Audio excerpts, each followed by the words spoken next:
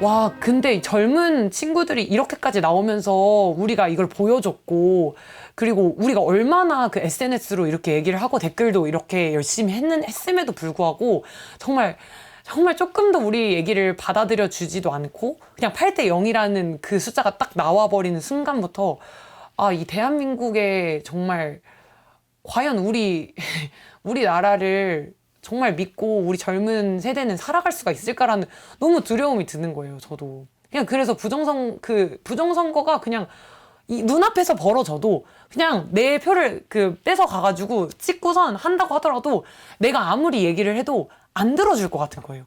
이 지금의 우리 법 체계라고 하는 것 자체가. 이하은 씨가 분노하는 이유가 이 그래프에 담겨 있습니다. 최근에 있은 부산 교육감 선거.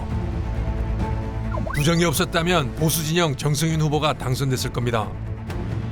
50%가 넘는 사전선거 표 투입이 의심됩니다. 얘네들이 사전에 여론조사 같은 걸 자기들은 돌려본단 말입니다. 그랬을 때 이 두 사람이 단일화가 되고 이까지도 계산을 한 것 같아요. 그러면 자기들이 한 10% 진다 생각을 하더라도 이제는 세게 합니다. 왜? 윤석열 대통령이 탄생한 그 대선이 자기들은 천추의 한이에요. 1%, 2% 예술적으로 보기 좋게 뭔가 감동적으로 이기는 게 중요한 게 아니에요. 무조건 이겨야 돼요, 이제. 왜? 이기지 못하면 자기들이 의석 확보가 안 되고 대권을 못 잡으면 부정선거의 그 역풍에 다 죽어나는 거예요. 그동안 해온 게. 그러니까 어떻게든 이제부터는 언론도 도와준다, 우리를. 뭐 부정선거 무시도 하고 음모론이다 하고 일방적으로 부정선거 선관위 편들어서 방송 나가고 선관위는 선관위대로 우기고 뭐 시연회를 하면서도 말도 안 되는 짓들을 하는 거 다 보셨을 거예요. 논리적으로. 그 다음에 더 결정적으로 사법부도 철저하게 이쪽 편을 들고 있습니다. 그러니까 겁날 게 없어요, 이제. 그리고 더 무서운 게 10년이라는 세월 동안 국민들이 가스라이팅이 된 거예요, 이제. 아, 이 사람은 이렇게 떠들고 저 사람은 저렇게 떠들지만 맞아. 원래 사전투표는 민주당이 원래 유리했었어. 그리고 요번에가 무서웠던 게 보궐선거에 난 소름이 끼쳤던 게요. 단순하게 쟤들이 교육감 하나 자리를 찾자 이게 목표가 아니었던 것 같아요. 나는 이 결과를 보면서 뭘 봤냐면요. 아, 밀어붙이면 된다. 이제는 여기에 대해서 왈가왈부하지 않는다. 그동안 부정선거를 떠드는 사람들조차도 이상하다는 말만 하지 이걸 입증하거나 언론을 통해서 국민들을 설득시키거나 이런 힘이 없어요. 그리고 얘들은 이번에 하나의 알리바이를 만들어놨기 때문에 다음 대선, 이제 원래 총선이 먼저지만 대선을 이제 먼저 하게 됐지 않습니까? 정치 일정상. 어마무시하게 할 거예요. 무지막지하게. 왜? 두 가지 이유입니다. 그것도. 첫째, 이렇게 해도 먹힌다. 아무 소리 안 한다. 예. 두 번째, 마지막이다. 이제부터 공포정치예요. 왜? 아시겠지만 언론이 그렇게 하고 여론조사가 그렇다고 사전에 가스라이팅하고 결과가 나오고 재검표 신청을 해도 법원에서 무시하고 심지어 헌법재판소에다가 뭐 부정선거위원 소지가 있고 뭐 해도 다 묵살되지 않습니까? 더 무서운 거 국회 권한을 갖고 있으니까 입법으로서 5.18 무슨 말 한번 잡아가듯이 부정선거에 대해 이야기하면은 허위사실 유포, 유언비어 날조 등으로 잡아넣겠다는 거지 않습니까? 소위 말해서 공포정치가 시작되고 이거야말로 독재예요. 2024년 12월 3일 잊혀질 수 없는 일이 벌어집니다. 국회 마당에 내린 헬기들 700여 명의 군인들이 국회로 진입합니다. 동시에 과천 중앙선거관리위원회에도 300여 명의 군인들이 들이닥칩니다.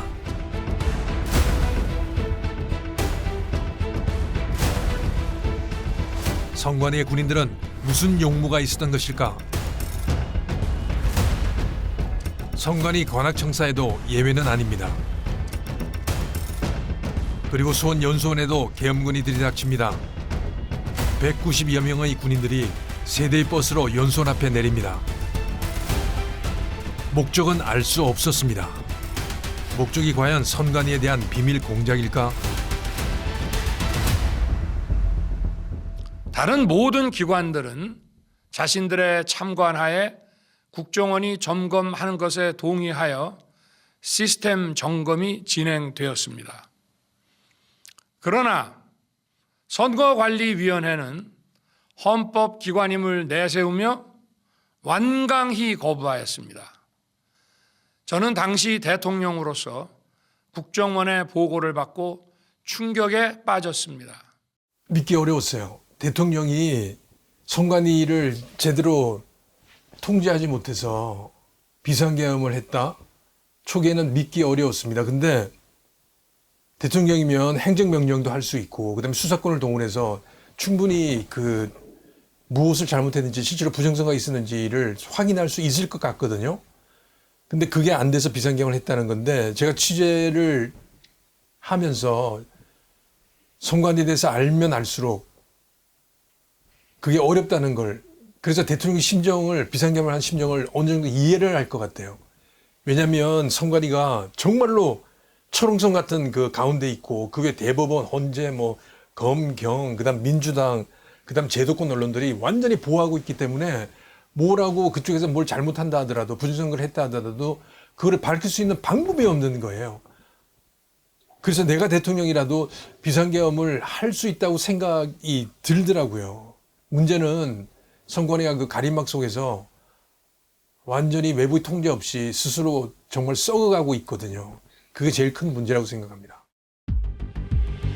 헌법기관인 선관위가 썩어가고 있다. 기가 막힐 일입니다. 선관위가 대법원과 헌법재판소, 신문, 방송 등 제도권 언론 등에 의해서 철저히 보호되고 있다는 것입니다. 더욱 놀라운 것은 공당인 민주당도 선관위의 보호세 역할을 자청하고 있다는 점입니다. 없기를 바라는 게 아닐까. 사실 없기를 바라는 마음 당연히 이해하죠. 이렇게 우리나라가 썩었을 리가 없다라고 생각하시는 게 마음 편할 수도 있어요. 하지만 받아들이셔야 돼요. 지금 선관위뿐만 아니라 이거를 부정선거가 아니라고 있는 말하는 사법부도 썩은 게 맞고요. 이거를 드러내지 않는 언론도 썩은 게 맞고요. 이런 부정선거 관련 영상들을 알고리즘에 노출하지 않게 하는 유튜브 코리아도 썩은 게 맞습니다. 지금 전부가 다 썩어 있는 게 맞고, 지금 이 대한민국의 위기 상황을 좀 인식을 하셔야 된다고 생각을 해요. 지금은 대한민국은 정상적으로 이 위쪽의 사람들이 운영하고 있지 않습니다.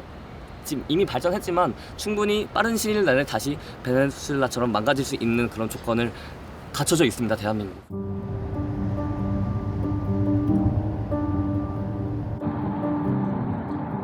선관위와 부정선거에 대해서 취재를 시작한다는 것은 결코 쉬운 결정은 아니었습니다.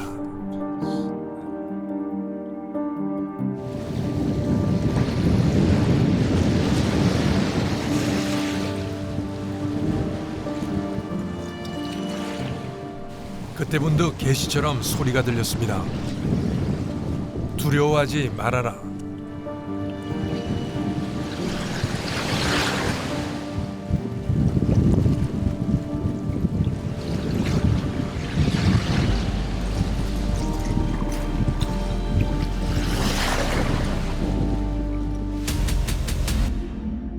그리고 서울대 통계학과의 명예 교수이신 박성현 교수의 조선일보와의 인터뷰 기사를 접했습니다.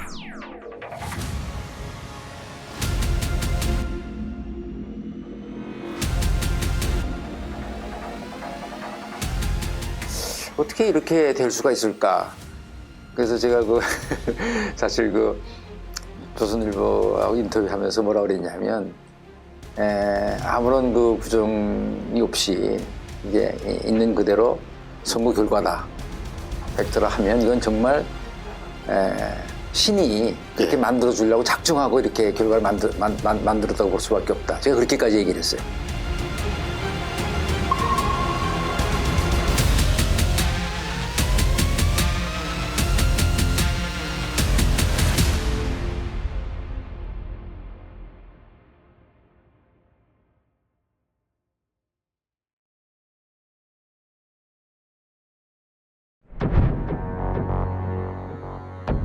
통합선거인 명부 시스템에 침투해서 자유자재로 관리를 할 수 있다는 것은 무엇을 의미할까? 해킹으로 어떤 것이든 가능하다는 것입니다.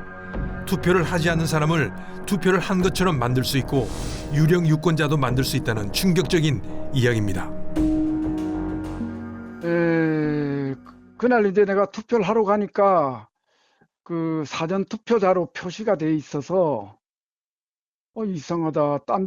우리 집에서 사실은 이쪽에 안 살고 있는데 일부러 그 관내 사전 투표가 없는 그 보궐선거인데 얘가 일부러 여기까지 와서 선거할 턱이 없는데 이상하다 해서 내가 나온 뒤에 다시 전화를 해봤죠. 네. 해보니까 사전투표 안 했다고. 삼촌, 예? 삼촌 저 안 했어요. 왜 나 사전투표 했다고 돼 있어요. 나 왜 내가 거기까지 가서 했어요. 그러더라고. 여러분은 투표장에 가면 어떤 절차를 거쳐 투표를 하는지 알고 계십니다. 그런데 발급이 됐을 때 선관위의 선거 서버 안에서는 어떤 일이 일어나는지 아십니까? 신분증을 확인하고 투표지가 발급되면 선관위 서버 안에서는 소스 코드가 만들어집니다. 그리고 통합선거인 명부에 기록이 됩니다. 여러분이 본선거에 나가면 거기에는 사전투표를 한 사람은 사전투표자라고 인쇄가 되어 있을 겁니다. 이렇게 개인마다 개별적으로 처리된다는 것입니다.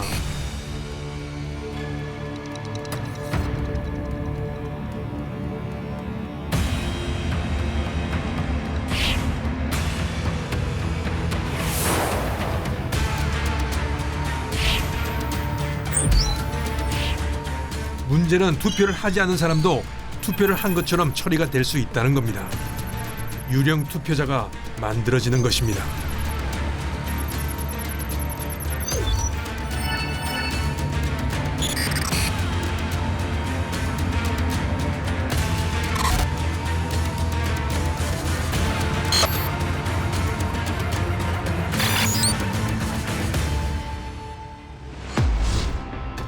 문제는 사전투표입니다. 해커는 선관위와 선관위 도장을 위조해 사전투표 용지와 QR코드를 무단으로 생성해 가짜투표 용지를 마음대로 찍어낼 수 있다는 것입니다. 문제가 심각합니다.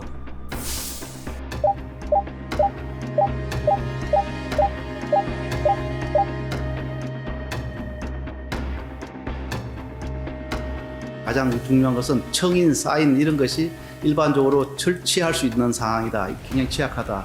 테스트 프로그램도 입수할 수 있다. 그래서 그 외에도 이렇게 이제 조력자가 좀 있으면 그 당시 장비를 구입할 수 없으니까 프린터기나 이런 게 있으면 바로 동일한 투표용지도 출력할 수 있다. 이런 것을 보여준 것이죠. 보니까 거의 해커 마음대로 할 수 있었던 것 같더라고요. 들어가면 뭐 마음대로 하는 거죠. 뭐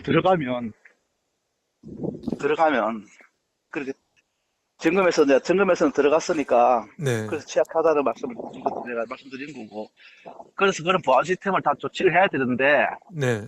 보안 조치가 됐는지 안 됐는지는 제가 모르죠.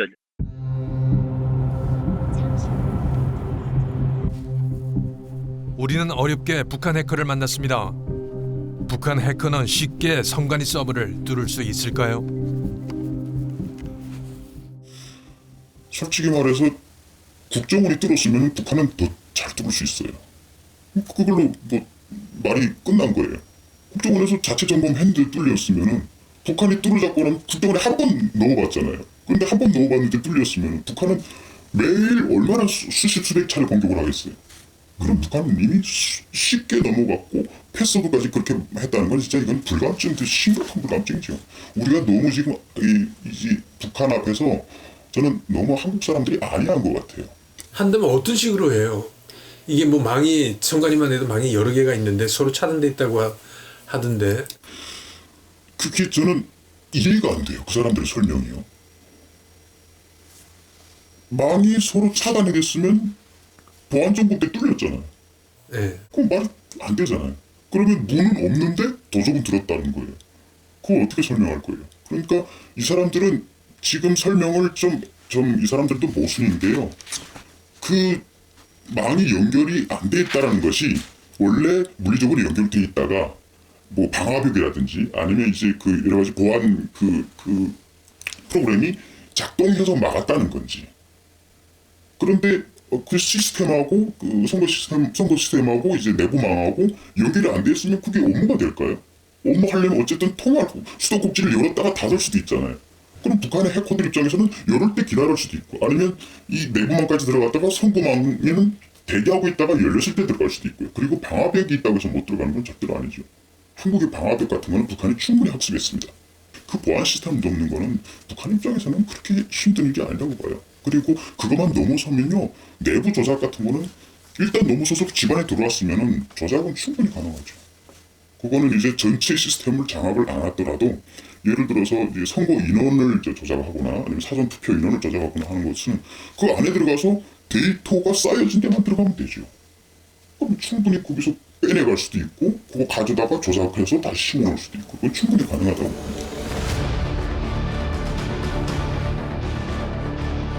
북한 해커는 선관위 서버는 너무나 쉽게 침입할 수 있다고 말합니다.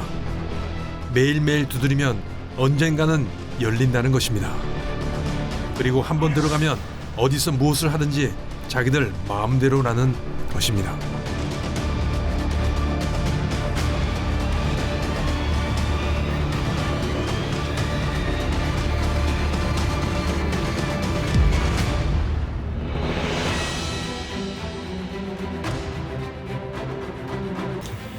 여러분의 제보를 기다리고 있습니다. 21대, 22대 총선, 20대 대선, 2023년 서울시 강서구 구청장 선거, 2024년 서울시 교육감 선거 등에서 조직적이고 대규모의 사전선거 표수 조작이 있었다는 의혹이 증폭되고 있습니다. 이들 선거와 관련해 직접적인 증거를 가지신 분들의 제보를 간절히 기다리고 있습니다. 여러분의 제보가 혼란에 빠진 대한민국을 정상화시키는 데 큰 기여를 할 것입니다. 따로 뭐 서버 선거망을 구성을 한다고 그랬는데 뭐 서버를 리스를 한다고 그러더라고요. 그래서 이게 뭐 차나 책상 리스하고 틀려가지고 아시다시피 서버는 리스를 한번 해버리면은 거의 뭐 리스 값이 반값이나 뭐 반값 이상 줘야 되는 거잖아요. 네네. 보통 이제 선거하면 한 3개월 리스를 해야 될 텐데, 뭐 선관위가 돈이 없는 것도 할 때 리스 하는 것도 이상, 그냥 뭐 상식적으로는 이해는 안 갔죠. 그러니까 리스를 하면은 나중에 아마 서버는 돌려주고 그 하드웨어를 빼서 보관을 몇 년인가 할 텐데, 나중에 뭐 예를 들어 그 서버 수색을 한다든가 이래도 안 나오겠죠. 이제 하드웨어를 찾지 않으면은. 서버를 깠을 때 서버는 제가 보기에 뭐 글쎄요, 일반적으로는 지금 보관된 서버 어느 정도 보관되는지 모르겠는데 보관된 서버를 까봤자 글쎄요 뭐 다 서버랑 지금 숫자 나온 숫자랑은 맞춰놨을 텐데 뭐.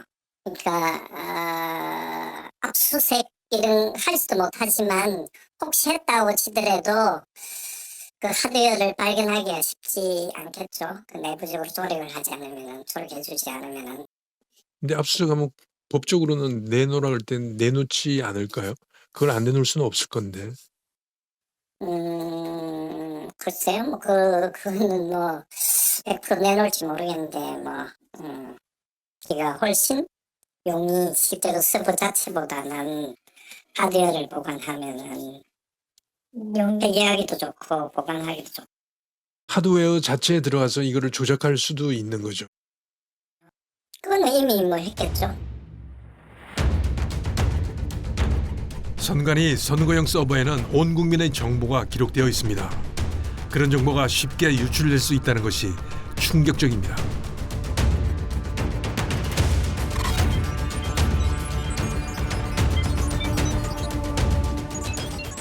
그 지금 말씀하신 것 중에 제가 제일 이제 그 선관위가 의심스러운 게 왜 보안관제를 선거에 임박해서 안 하는지. 저도 그게 좀 궁금해요.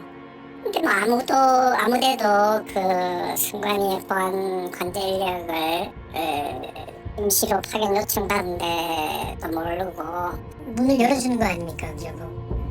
가능성을 열어준 거죠. 더 강화를 해야 되는데. 그렇지, 오히려 어떻게 보면은. 온 국민들은 선거 무효 소송을 통해서 재검표 과정에서 공개된 이상한 투표용지에 깊은 관심을 가졌었습니다. 배춧잎 투표지, 2개가 붙은 투표지, 빳빳한 투표지, 그리고 일장기 도장 등 정상적인 개표 과정에서는 보기 힘든 그런 투표지들을 목격한 겁니다. 그런데 우리가 개표장에서 저런 투표지를 봤다면 가만히 있었을까요? 신고하고 난리가 났을 겁니다. 그래서 전 이렇게 생각합니다. 저런 투표지는 무효 소송이 시작된 뒤 1년이란 시간 동안 중국에서 준비돼서 한국으로 반입된 것으로 보입니다. 한국에서 만들어졌다면 비밀을 유지하기 쉽지 않았을 겁니다. 한국 사정을 잘 모르는 중국인들이 지시를 받고 만들어낸 것들이라는 게 합리적인 추론입니다.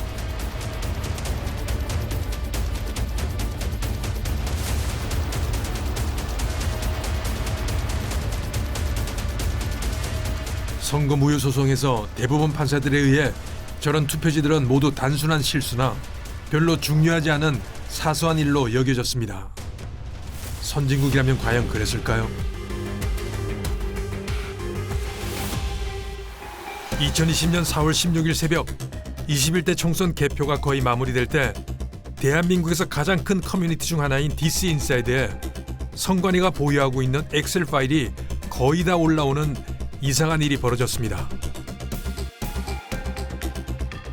개표가 채 끝나질 않았는데 올라온 선거 자료들.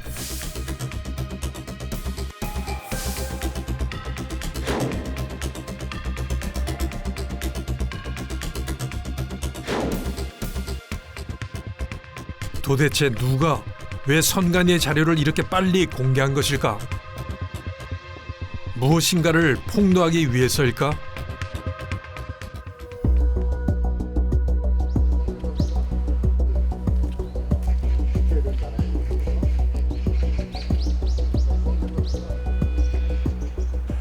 그때 그 선관위가 가지고 있는 엑셀 파일이 네.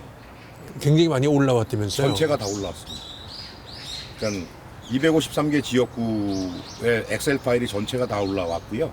그 엑셀 파일만 올라온 게 아니고 서울, 경기, 인천이 사전 투표가 거의 전 지역구가 63대 36, 더불어민주당은 63, 그 당시 미통당이었죠. 미통당은 36. 이렇게 올라와서 그거를 숫자가 적혀 있는 건 아닐 거 아니에요. 누가 아니, 분석을 가공까지, 했어요? 예, 다 가공해서 그 63대 36이라고. 예, 그러니까, 개표 결과를 올려줬고, 그다음에 거기에 이제 사전 투표하고 당일 투표를 분리해서 득표율을 쭉 이렇게 색을 칠했던 걸로 기억합니다. 그거는 누가 작업을 한 건데? 그러니까 그거는 이제 저희는 선관위 직원이 올린 거 아니면 이 시간에 이런 게 올라올 수도 없고. 그때 그 시간에 그게 나올 수가 없잖아요. 나올 수가 외국 사람들은. 없습니다. 선관위 직원이 올렸을 것 같은데. 예, 자백 같은 거였다. 그러니까 엑셀 파일과 그 전국 253개 지역구에 색이 칠해진 게 올라왔는데 이건 전문가 수준이었습니다. 그러니까 이제 그걸 보고 사람들이 각성을 해서 20분, 30분 단위로 온갖 통계 자료가 다 올라왔습니다. 우한 갤러리에. 그게 많은 사람들 충격을 줬겠네요. 네네. 선관위의 반응이나 이런 건 없었어요? 선관위의 반응은 이제 DC 인사이드의 특징은 선관위 애들도 들어오고 경찰 들어오고 다 들어오는 거예요. 누군지 모르니까. 네. 방해 공작을 굉장히 많이 했었죠. 프로듀서 101의 순위 조작도 이곳 DC 인사이드에서 폭로돼서 일파만파 사건이 커졌었습니다. 엄청나게 중요한 자료니까. 그러니까 지난 5년간 부정선거를 규명하기 위한 노력에서 거의 절정, 클라이맥스에 해당하는 자료가 이 자료입니다. 이게 바로 대한민국 부정선거의 알파이자 오메가 처음이자 끝. 공명호 박사는 21대 총선에서는 36명의 국회의원이 잘못 당선됐다고 주장합니다. 진세석. 더불어민주당이 사전투표를 조작을 해가지고 국민의힘이 승리한 지역에서 53석을 당락을 바꿔버린 겁니다. 고민정이 9,188표로 패배한 선거입니다. 오신환이 이겼죠. 10,000표 정도 차이로. 9,188표로 13,203표를 집어넣어 가지고 고민정이 9,188표를 패배했는데 4,015표로 승리한 후보로 만든 겁니다. 당신은 떠들 사람이 붙었다 이렇게 하는데 명예훼손이나 이런 소송이 없다는 게 어마어마하게 상세하게 공개를 되지 않습니까? 네네. 2024년 총선에서는 최소 53명에서 57명의 지역구 의석수를 훔쳤고 그다음에 비례대표 세석까지 합치게 되면은 최대 60석 정도를 민주당이 국힘당 몫을 가져갔다. 여보세요? 아, 고 의원님, 저 이영돈 PD라고 합니다. 아, 네, 예, 안녕하세요. 안녕하세요. 저 예. 그 다큐멘터리 만들고 있는데 뭐 하나만 여쭤보려고 전화드렸습니다.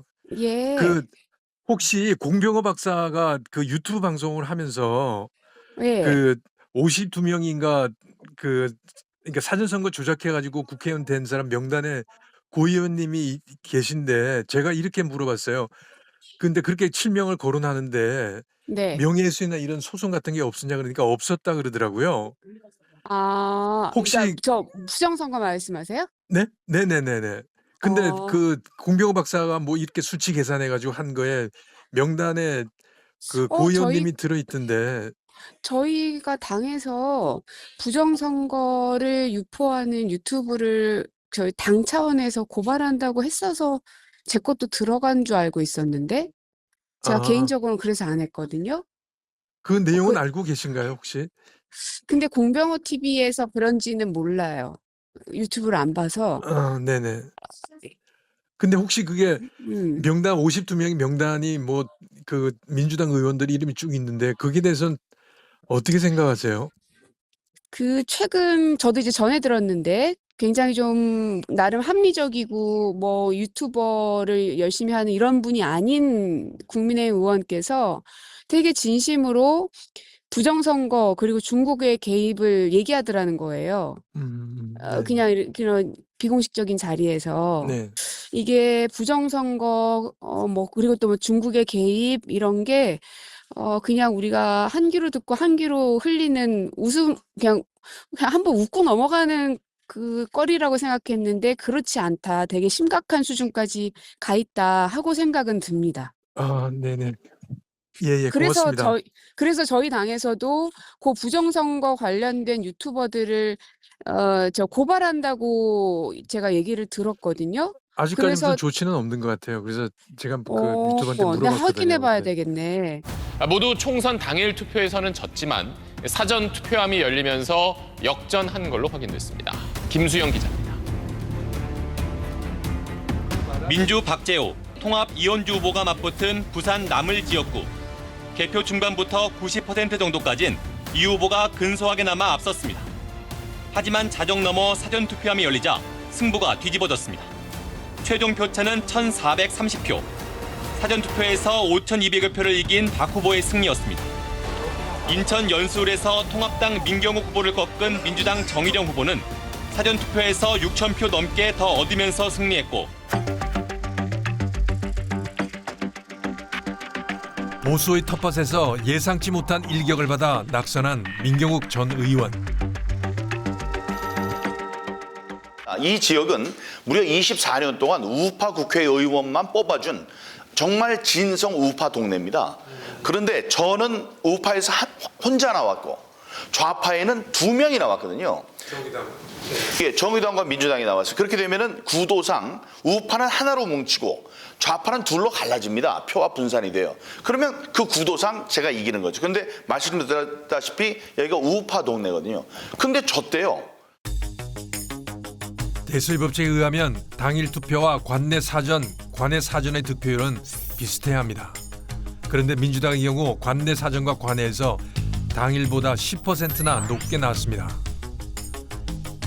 반면 미래통합당인 민경욱 당시 후보의 경우 당일 득표율보다 7.2%나 낮게 나타났습니다. 변칙이 나타난 겁니다.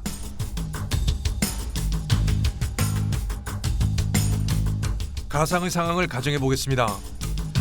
당일 투표에서 민주당은 40%, 국힘은 50%를 각각 얻었습니다. 그렇다면 민주당은 관내와 관내 사전에서도 40%를 얻는 게 정상적인 겁니다. 국힘은 관내가 각각 50%를 얻어야 합니다. 그런데 민주당 후보가 관내와 관내에서 15%씩을 더 얻고 국힘은 15%를 덜 얻는다면 이는 조작이 있다는 증거가 됩니다. 좌우가 대칭이던 그래프도 달라집니다. 여러분이 21대와 22대 총선에서 많이 보셨던 그런 그래프로 바뀝니다. 부정이 있었다는 겁니다. 강서구청장 선거 그래프입니다. 사전과 당일 투표 그래프가 적절히 대칭을 이루면서 김태우 당시 국힘 후보가 승리했습니다. 서울 강서구청장 보궐선거 사전투표가 오늘 마무리됐습니다. 내년 총선 전초전으로도 꼽히며 KBS 보도 당시 국회의원 선거 1년 전에 있었던 예비 민심을 보여준다고 관심을 모았던 선거였습니다. 그런데 희한한 그래프가 등장합니다. 좌우 대칭이 완전히 무너진 전형적인 부정선거. 대수의 법칙이란 표본의 평균값이 실제 평균에 가까워진다는 법칙입니다. 표본이 1000 이상이면 매우 큰 표본이고 10,000, 20,000 단위가 되면 어마어마하게 큰 수입니다. 따라서 표본이 훨씬 큰 사전선거와 본선거는 득표율이 비슷해야 한다는 것이 대수의 법칙, 즉 큰 수의 법칙입니다. 초등학생들이 동전 던지기를 합니다. 10원짜리 각각 50개씩을 던져서 앞뒤면이 몇 개가 나올까 보는 실험입니다. 100개를 던지면 뒤가 57개, 앞이 43개가 나왔습니다. 이번에는 1000개를 던졌습니다. 앞이 482개, 뒤가 518개. 이번에는 10,000개를 던집니다. 어마어마한 숫자의 동전이 뿌려진 겁니다.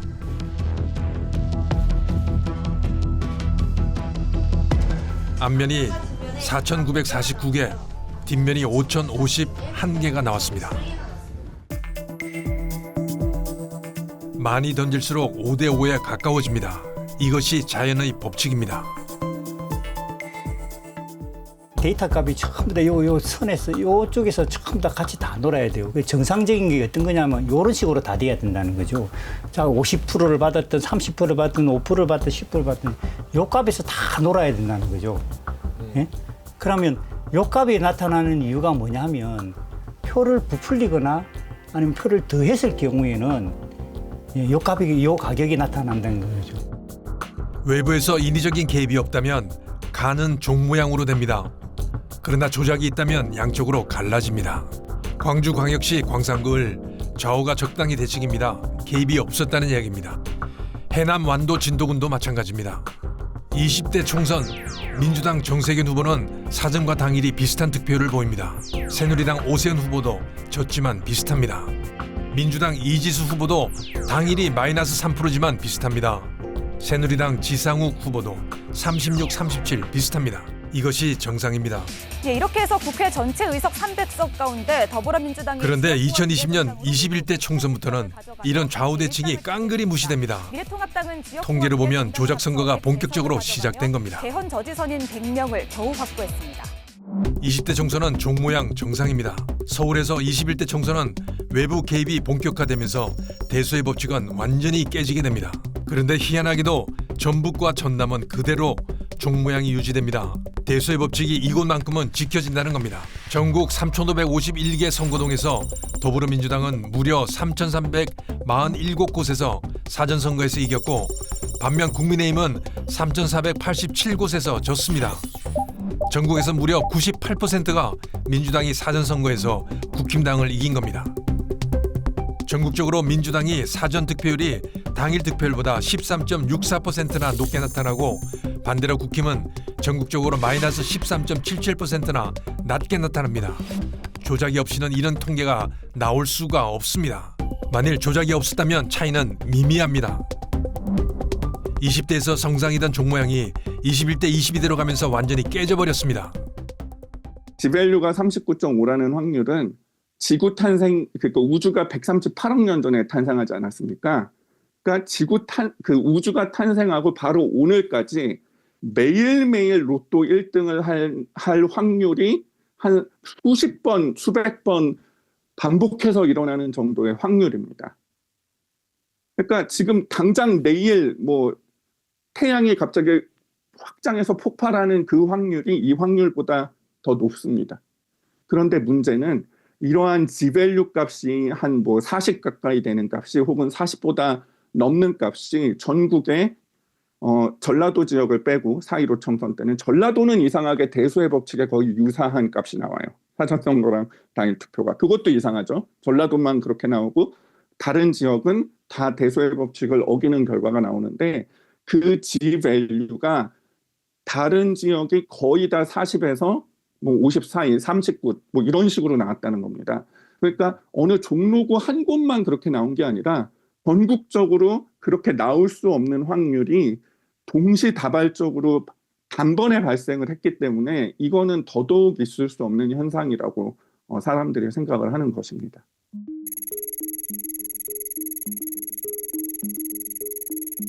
선거에서 가장 극적인 승부가 펼쳐진 곳은 선거 전부터 최대 격전지로 꼽혔던 경기도입니다. 개표 시작 이후 중후반까지는 국민의힘 김은혜 후보가 앞서갔는데 한 5시 반쯤에 역전에 성공하면서 8,900표 차이 승리를 거뒀습니다.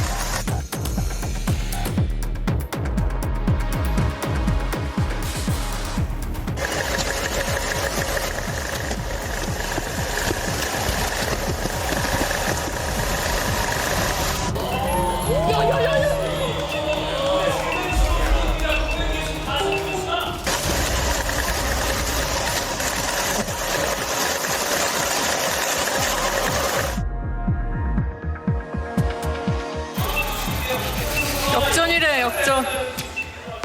어느 정도 대칭을 이루는 그래프. 그냥 두면 김은혜 후보가 9만여 표 차이로 이긴 거지만 10여만 표가 더해지면서 8,913표 차이로 김동연 후보가 당선됩니다. 인천 계양을도 마찬가지입니다. 이재명 후보가 등장하면서 전국적인 관심을 끌었던 인천 계양을. 그러나 결과는 원희룡 후보가 당일은 이기고도 사전에서 큰 표차로 져서 낙선합니다. 10,000표가 외부에서 더해진 것으로 보입니다. 작년 22대 총선은 21대보다 더 큰 차로 벌어집니다. 조작이 점점 심해지는 양상을 보이고 있는 겁니다. 정상적으로는 사전 투표와 당일 투표가 비슷한 득표를 보여야 합니다. 유독 사전 투표에서만 민주당이 우세를 보입니다.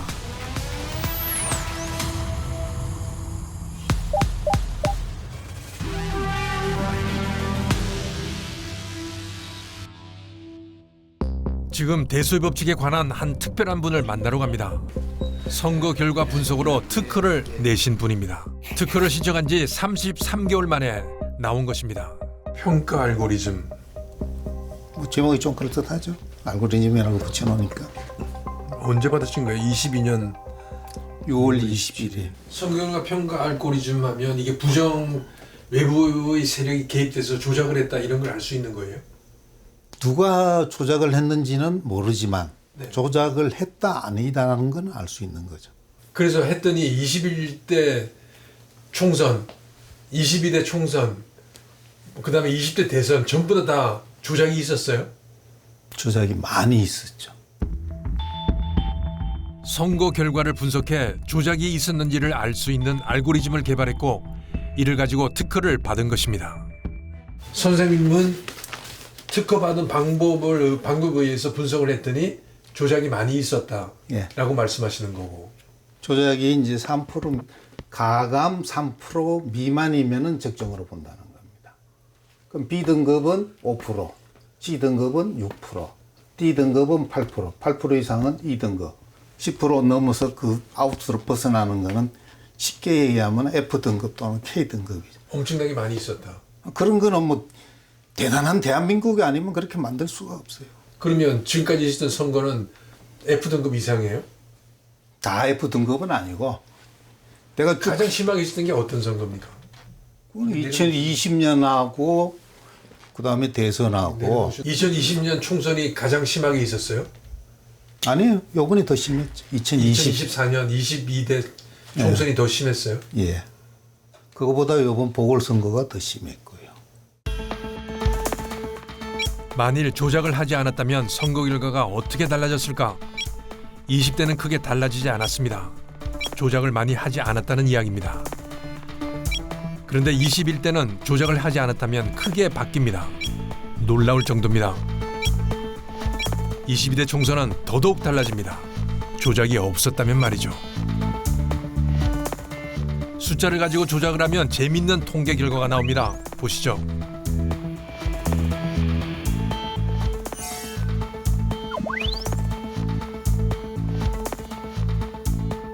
(20대) 대선 그래프는 조작의 극치를 보여줍니다. 우선 서울 지역을 보시죠.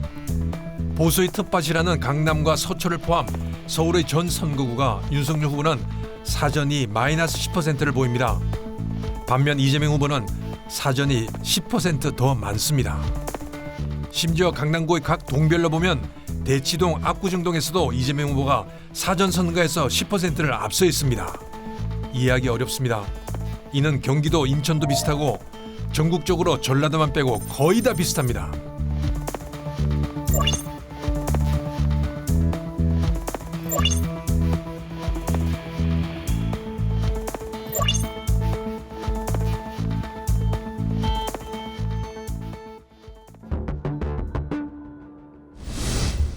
한림원 회원이기도 한 서울대 통계학과 박성현 명예교수는 이런 통계는 생길 수 없다라고 단언합니다. 박 교수는 우리나라 통계학계에서는 최고의 석학입니다. 사전투표를 둘러싸고 말들이 많아서 전국 지역구 253곳의 선거 데이터를 자세히 봤습니다. 통계적 관점에서는 확실히 일어나기 어려운 투표 결과였습니다. 어떤 형태이든 인위적 개입이 있었을 가능성을 배제하기 어렵습니다. 이는 몹시 예민한 사안입니다. 통계학자로서 지금까지 쌓아올린 선생님의 권위와 명망을 잃을 수도 있습니다. 조작 증거라고 단언할 수는 없어도 통계학자의 눈으로는 몹시 의아하게 보입니다. 왜 제가 이게 유사한 패턴을 나오는 게 이상하다 생각하냐면요. 서울은 49개 지역구가 있고 424개 동이 있습니다. 근데 이게 동 단위로 다 지금 데이터가 나와 있거든요. 중앙선거관리위원회 가면. 그런데 이 49개 지역구에 대한 이 민주당과 통합당 또 다른 군소정당들의 그 득표율을 이렇게 보면 거의 유사하게 나오거든요. 그게 왜 이상하냐면 저는 지금 서초구 양재동에 살고 있는데 서초구 을이라고 하는 성분입니다. 을이는. 그러면 이 비교적 이 강남 3구 쪽에 좀 보수층이 두텁다 그렇게 얘기하잖아요. 강북의 일부 지역보다는. 그러면 결과가 좀 다르게 나와야 돼. 패턴이 다를 수가 있잖아요. 충분히. 당연히 강북하고 강남이 달라요. 달라야죠. 근데 그럼에도 불구하고 이게 거의 유사하다는 얘기예요. 결과가.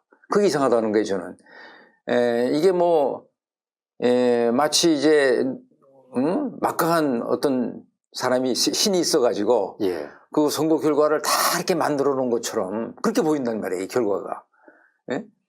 실제로는 다 국민이 가서 투표하면서 나오는 결과가 조금씩 차이가 막 나야 되잖아요. 들쑥날쑥 하기도 하고. 소위 통계에서 얘기하는 어떻게 보면 랜덤성이 있어야 되거든요. 근데 그런 랜덤성이 거의 없어요, 이게. 이렇게 일정한 패턴으로 통계가 나타난다는 것은 자연계에서는 일어나기가 쉽지 않습니다. 0이 수도 셀 수 없을 정도로 많은 몇 경분의 1의 확률보다도 낮습니다.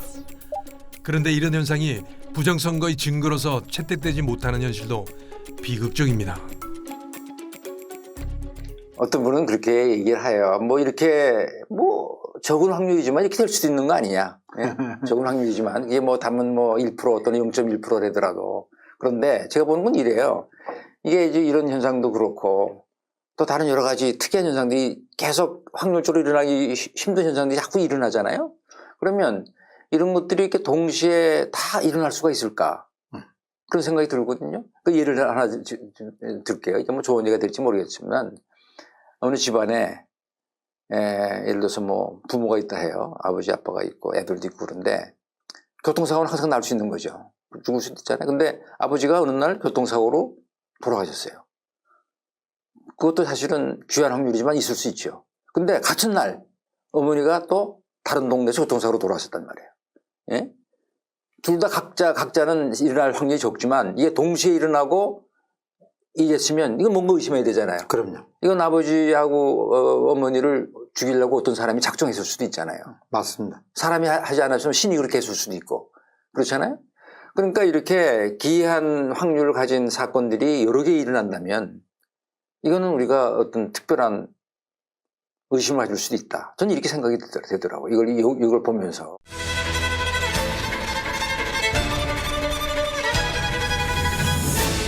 네, 더불어민주당 이재명 후보 47.8%, 국민의힘 윤석열 후보 48.4% 초경합으로 예측됐습니다. 다시 한번 말씀드리겠습니다.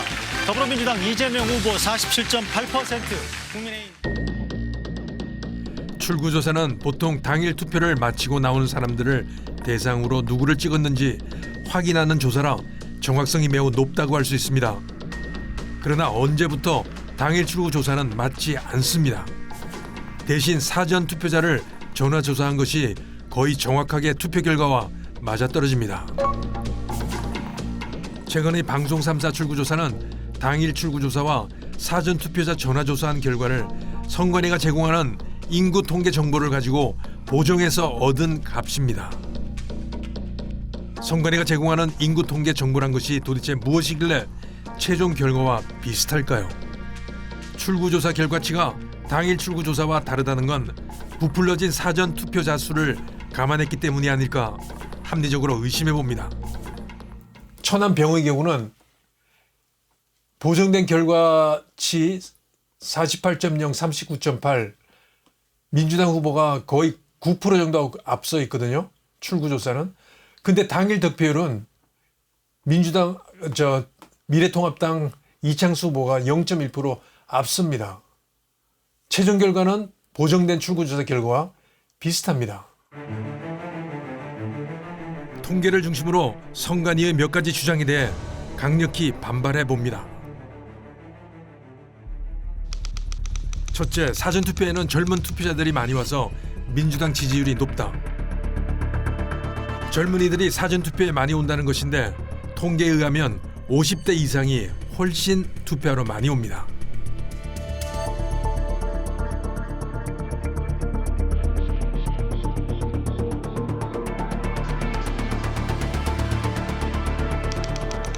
민주당 지지자들은 사전투표를 많이 한다. 국힘 지지자들은 당일 투표를 하고 민주당 지지자들은 사전투표를 많이 한다는 것인데 20대 총선을 보면 젊은 투표자들은 관내 사전투표를 많이 하러 온 것으로 나타났습니다.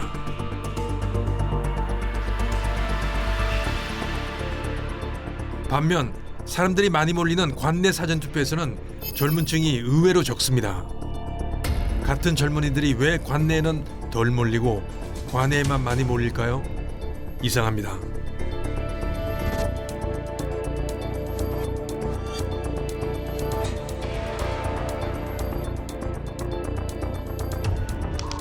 세 번째, 사실 민주당 지지자들은 사전투표를 많이 하지 않습니다. 그래서 많이 한 것처럼 조작이 필요한 것이죠. 이건 매우 중요한 산포들을 보면 알 수 있습니다. 민주당 지지자들이 사전투표를 많이 한다는 것이 입증이 되려면 사전투표율이 높으면 득표율이 높아야 합니다. 그런데 정반대입니다. 저는 통계학자로서 이게 사전투표에서 민주당 지지층이 몽창 선거에 몰려나갔다는 것이 통계적으로 증명이 안 된다. 가설 검증해도 이게 채택이 안 되는 거예요. 민주당 지지자들은 사전투표하러 많이 나오지 않았다는 말이 됩니다. 반면에 전라도 지방에서는 민주당 지지자들이 투표를 하러 적당히 나왔습니다. 많이 나왔다는 이야기는 아닙니다. 2017년 4월 선관위는 1%만 아는 리더들의 비밀 시크릿 10편을 방송한다고 밝혔습니다. 그중 중국 공산당 실세 왕우닝을 1, 2편 방송한다고 공식 홈페이지에 올렸습니다. 많은 사람들이 놀랐습니다. 느닷없이 세계적인 리더라고 하면서 중국 리더 8편을 편성한 것입니다. 선관위가 중국 공산당 고위 당직자이자 시진핑의 책사인 왕우닝의 특집을 방송한 이유가 무엇일까요?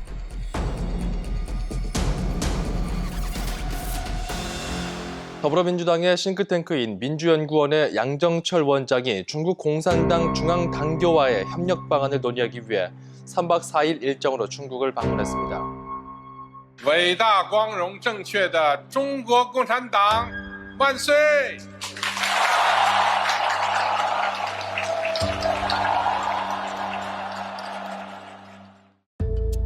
민주당 실세인 양정철 민주연구원장이 중국을 방문해서 텐센트를 찾았습니다.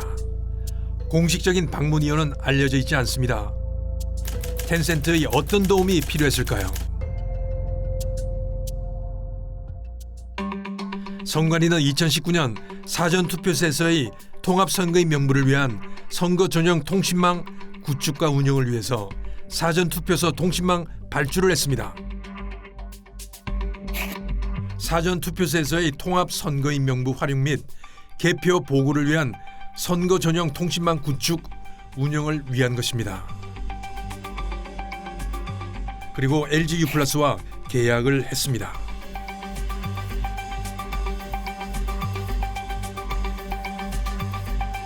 문제는 LG U+의 네트워크 장비가 중국 화웨이 제품이라는 겁니다. It has built a secret network to access some chips. The company is said to have set up secret facilities to fabricate 미국을 비롯해 semiconductor 각국이 chips and 중국의 avoid 정보 US 빼돌리기 100도의 경계심을 가지고 있는 상황에서 선관위가 LG U+를 선택한 이유는 무엇일까요? Huawei is back in the news for its backdoors, but this time we're not talking about devices. The Chinese tech giant is now building a backdoor of a different kind. 화웨이는 LG U+ 사장인 이상철을 고문으로 스카우트한 적이 있습니다. 개표기 프로그램을 할 테고 그게 이제 노트북에서 서버로 연결되겠죠. 네. 김치 서버든 뭐 그런 식이고 개표기는 하드웨어일 테고 그다음에 그 하웨이나 뭐 텐센트가 그러니까 참여를 했다 그러면은 그래서 하웨이망은 이제 뭐 하웨이 네트워크나 이런 것들은 뭐 지네들이 중국에서 뭐 예를 들어 조작이 가능할 테고 망을 뭐 KT망, LG망, 그 다음에 SKT망 있지 않습니까? 그리고 보통 3개 있는데 그 중에 이제 하웨이 그 네트워크를 쓰는 건 LG망이거든요. 네, 맞습니다. KT나 SKT는 뭐 하웨이망을 제가 알기로는 안 쓰고 글쎄 다른 걸 국내 걸 쓰든지 외국 걸 쓰든지 그럴 텐데 네. 그때 만약에 선관위가 LG 망을 썼다면은 그러니까 하웨이 네트워크 장비를 썼다는 얘기가 되겠죠? 네네 그렇죠. 좀 더 쉽게 이제 할 수 있을 텐데 만약에 LG 망을 썼다면 더 의심스럽죠 이제. 투개표장에는 수많은 사람들이 근무를 합니다. 표를 직접 만질 수 있는 사람, 투표함을 나르는 사람.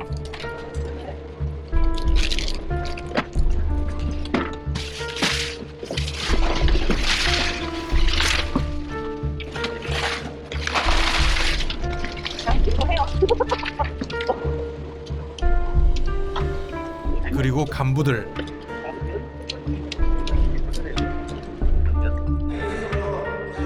투개표 참관인은 표를 만질 수 없습니다. 선관위 직원과 개표 사무원. 종류도 다양합니다.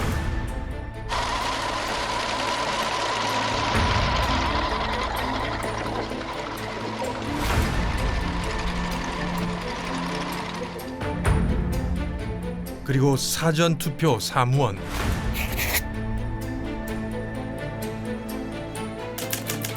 (2014년 4월에는) 선관위가 투개표 사무원을 공개 모집했습니다. 이렇게 공개 모집된 사람들은 이름이 공개되고 누가 투개표 요원으로 근무하는지 확인하면 알 수가 있었습니다. 그런데 2018년 4월 6일 공개 모집을 돌연 폐지했습니다. 그리고 폐지 2달 후 지방선거가 있었고 2년 후 2020년에는 21대 총선이 있었습니다. 2021년 7월 12일 국민의힘 일부 의원들은 공직선거법 일부 개정 법률안을 개정 발의했습니다. 거기에는 투표사무원 성명을 선거일 3일 전까지 공개해야 한다는 조항을 살리려고 했습니다. 현재는 오리무중 어떻게 됐는지 아직도 공개 모집을 하지 않고 있습니다. 관내 투표지를 선관위 직원으로 보이는 사람들이 봉인지를 뜯고 투표함에 넣고 있습니다. 책임자를 보이는 사람이 바깥 망을 보는 모양새는 별로 안 좋아 보입니다. 중국인을 위한 한자 안내가 친절히 적혀 있습니다. 그러니까 일찍 투표로 가셨는데 앞에 있는 사람들은 주민등록증도 없이 그냥 들어가가지고 투표지 받아서 투표를 했단 말이잖아요. 왜 앞에 있는 사람들 다 내 앞에 하여튼 10몇 명, 좀 한두 명도 아니고 한 10명 이상 되는 인원이었거든요. 그랬는데 그 도로 앉은 거 보면, 도로 앉아 있던 거 보면 모르겠습니까? 아예 막 받지를 안 했어. 그래가지고 내가 이제 처음 가서 내 체크하고 체크 안 하냐 이라는 거 막 놀래갖고 도로 앉아가지고.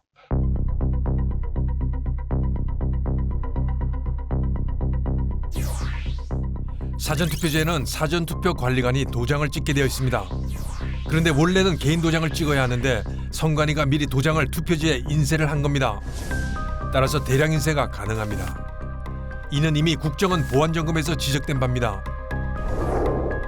반면 본투표는 관리관이 도장을 찍습니다.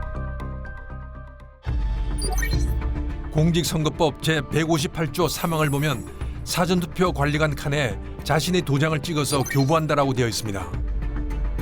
그런데 선관위는 관리규칙을 만들어 인쇄 날인도 가능하게 바꿨습니다. 그리고 대법원은 직인을 인쇄하는 것이 공직선거법에 벗어난다고 할 수 없다라고 판시했습니다. 대통령실하고 뭐 행안부 쪽에도 인쇄 날인 막아야 된다라고 얘기를 많이 했거든요. 관리자. 네네. 도장을 찍어서 투표를 해야 되지. 이거 인쇄 날인하면 이건 위조 투표를 열어두는 거다. 사전투표 관리관의 도장은 인쇄가 되어 있습니다. 원래는 이렇게 개인 도장을 찍어야 하는데 말이죠. 개인 도장을 찍으면 투표지를 위조하기가 쉽지 않습니다. 본투표 도장도 문제가 있기는 마찬가지입니다. 관리관 개인 도장을 사용하는 것이 아니라 선관위가 도장을 만들어주고 사용 후 다시 수거해갑니다. 위조 방지를 위해서는 개인 도장을 찍는 게 맞습니다.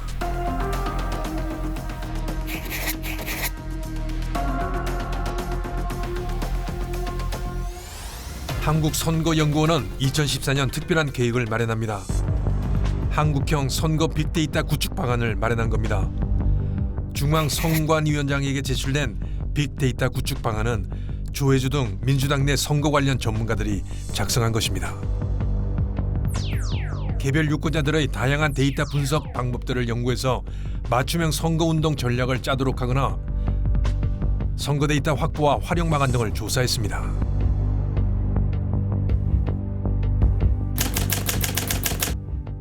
대통령 선거에서 우리가 재집권을 함으로써 앞으로 100년 한반도 평화를 가져오는 저는 하여튼 범진보 180, 민생당까지 다 합쳐가지고 비례를 받는 경우에 그것이 불가능한 것은 아니다. 이렇게 보고 있습니다.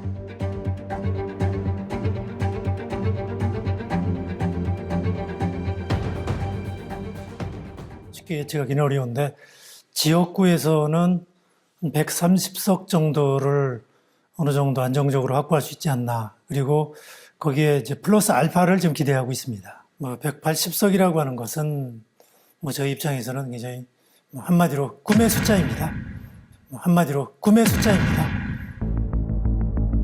총선 하루 전날 만든 것으로 보이는 민주당 판세표를 보면 지역구 163석을 정확히 맞추는 기염을 토했습니다.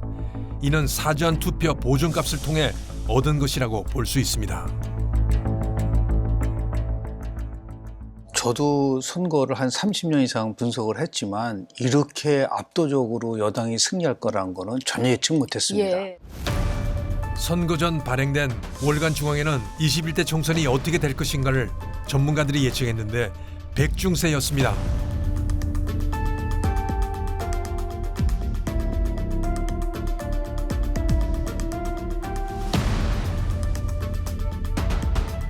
이는 21대 총선 조작이 없을 경우 나온 의석수와 비슷합니다.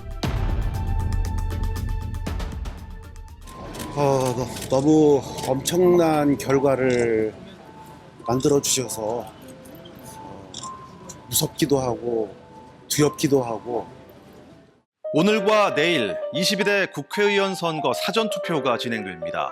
오늘과 내일 22대 국회의원 선거 사전투표가 진행됩니다.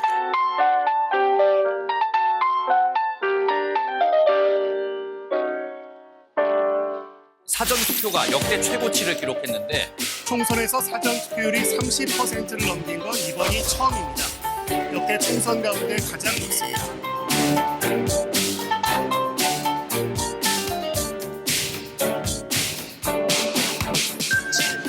6, 5, 4, 3, 2, 1. 더불어민주당과 더불어민주연합이 최소 184석에서 최대 197석을 차지할 것으로 예측됐습니다. 민주당의 원내 과반은 물론 압승을 예상합니다.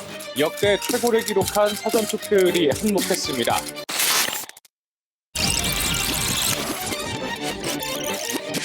오늘과 내일 22대 국회의원 선거 사전투표가 진행됩니다. 만일 조작이 없었다면 국민의힘이 크게 앞서는 것으로 나타났습니다.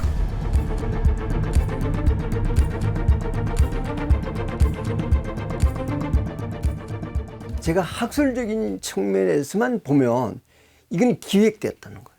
아까 이야기했듯이 내가 알파라는 게 딱 나오잖아요. 그럼 서울 시내 딱 들어가 보면요. 48개 선거구가 알파 값이 거의 같으니까 직선 기울기가 똑같고 한직선으로 표현돼요. 그래서 이건 기획된 거라는 거예요. 두 번째는 이게 조직적이라는 거예요. 어떤 시스템이 이게 조직적으로 하자 그러고요. 참여하는 쪽으로 보면 집단적으로 참여했다는 거예요. 왜냐면 48개 선거구에서 내가 당일 예를 들어서 10,000표가 일어났다 그러면 여기 30%라면 30표를 가잖아요. 다른 선거구에서 예를 들면 12,000이다. 30%다 그러면 그 뭐 예를 들면 36,000표들. 그 이게 집단적으로 조직적으로 집단적으로 안 일어나면 이 일이 못 일어난다는 거예요. 이건 학술적인 측면에서 들어보면 그렇게 세 가지로 딱 요약이 돼요. 학자들이 학술적으로 조작 공식을 찾아냅니다. 그럼 이게 뭐냐 그러면 조작되어 나오는 선관위에서 발표한 투표수예요. 그러니까 민주당 후보의 득표 숫자.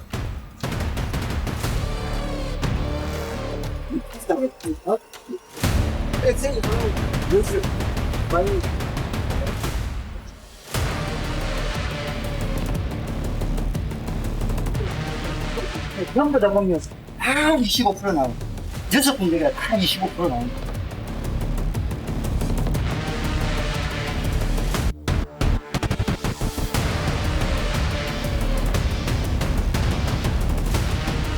상황이 되게 되면 이제 요 마이너스 가격이 바뀌는 거예요.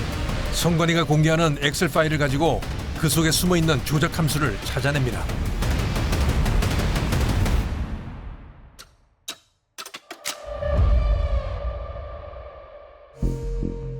사전선거 투표자 수가 부풀려서 발표된다는 것은 선관위가 선거 직후에 발표하는 유권자 의식 조사를 보면 알 수 있습니다.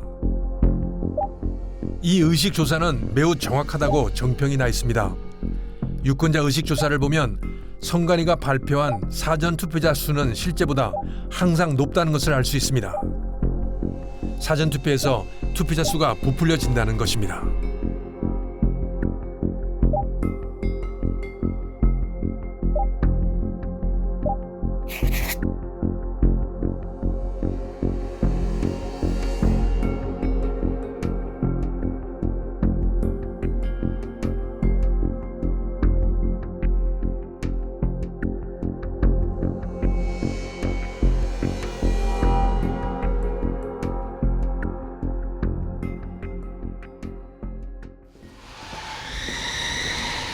솔선 서성국 선생은 조작 예측 난수표를 만들어서 세간의 관심을 끌었던 제야 전문가입니다.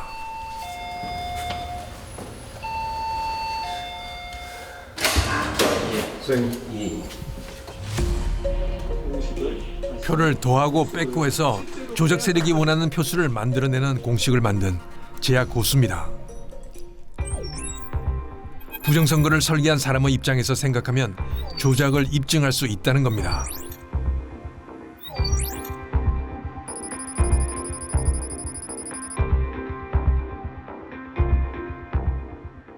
21대 말고 22대도 똑같은 로직으로 똑같이 나온다는 거. 공식이 살아있다는 것은 이미 선거 전에 선거 결과를 마음대로 좌지우지할 수 있는 소위 말해 이 표를 갖고 있다는 거예요. 이게 이겁니다. 사전 투표율을 예측하면 몇 % 차이로 승리할 수 있는지 예측 지수가 나옵니다.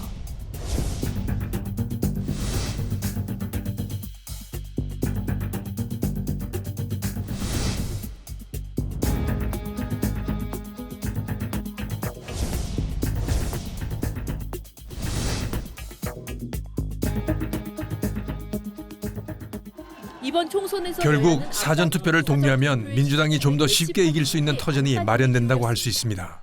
사전 투표를 제대로 해주셔야 우리의 기세 범죄자들로부터 선량한 시민들을 보호하겠다는 우리의 기세와 힘이 전국으로 퍼질 겁니다. 이번에 대한민국이 운명이 달려있다는 생각으로 사전 투표도 열심히 해주고 일찍 투표합시다. 민주당이 사전 투표를 가열차게 독려하는 이유입니다. 민주당의 김민석 총선 상황실장은 총투표율 71.3% 그리고 사전투표율 31.3%를 목표로 투표 독려 노력을 이어가겠다고 밝혔습니다. 예견했던 사전 투표율이 기가 막히게 맞았습니다.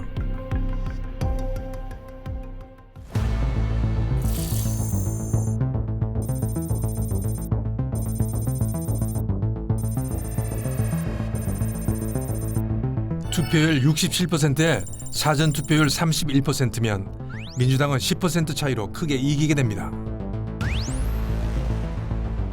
문제는 실제 사전 투표율은 25%, 나머지 6%는 원래 존재하지 않는 가짜 투표자들이라는 겁니다. 이것이 부정선거의 핵심입니다. 쟤들도 이제 보험을 들고 싶을 거예요. 리스크는 있지만 왜 전산이 사실 깔끔하거든요. 나중에 표수를 맞추는 작업도 덜하고 봉인지 뭐 감시도 엄청 할 거 아닙니까? 사전투표 저 CCTV도 있고 뭐 그 서가지고 카운팅도 할 거야 아마. 이번에는 카운팅 분명히 합니다, 진영에서. 그러면 자기들도 의식을 한단 말이에요. 관해가 있기는 하지만. 그런데도 나는 기본표도 못할 것 같아요. 왜? 마지막이거든요. 후회 없이 그동안 갖고 있던 모든 노하우를 갖다 퍼붓자. 21대 총선에 3%, 22대는 낮추고 올렸지만 이 모든 거의 최상치가 뭐냐면요. 사전투표를 극도로 올린다. 비중을 높인다. 그건 22대 방식이고요. 21대 썼던 3% 방식 있지 않습니까? 그거 쓸 거예요. 전국 선거인 수가 4천만 명이면 3%면 120만 표겠죠. 예를 들어서 뭐 4천이 될지 3천이 난 모릅니다. 정확한 숫자는 선관위가 뭐 어떻게 장난을 칠지 모르지만 100만 표든 150만 표든 미리 깔아놓고 시작할 거예요. 이건 보험. 그거 안 해도 이기는데 지난번에 이렇게 멋있게 하려다가 작품을 망쳤지 않습니까? 악몽 같을 거예요. 윤석열이 대통령 된 게 자기들은 있을 수 없는. 응? 요번엔 그렇죠. 탄핵했죠. 윤석열 후보가 승리한 20대 대선은 이재명 후보가 전국적으로 사전이 당일보다 10%를 얻으면서도 패배했습니다. 그래서 이번 6.3 대선은 사전 투표율을 더 끌어올리려 할 것으로 예상됩니다. 그래야 안정적으로 이길 수 있기 때문입니다.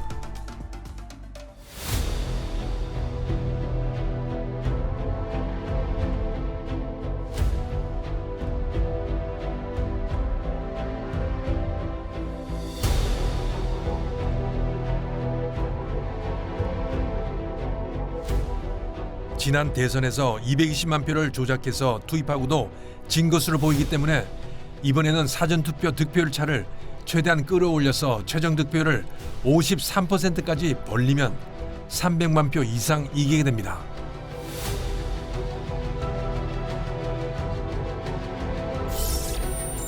만일 조작이 없다고 하면 보수 후보가 이기겠지만 조작이 되면 보수 후보는 300만 표 이상 질 수밖에 없을 겁니다.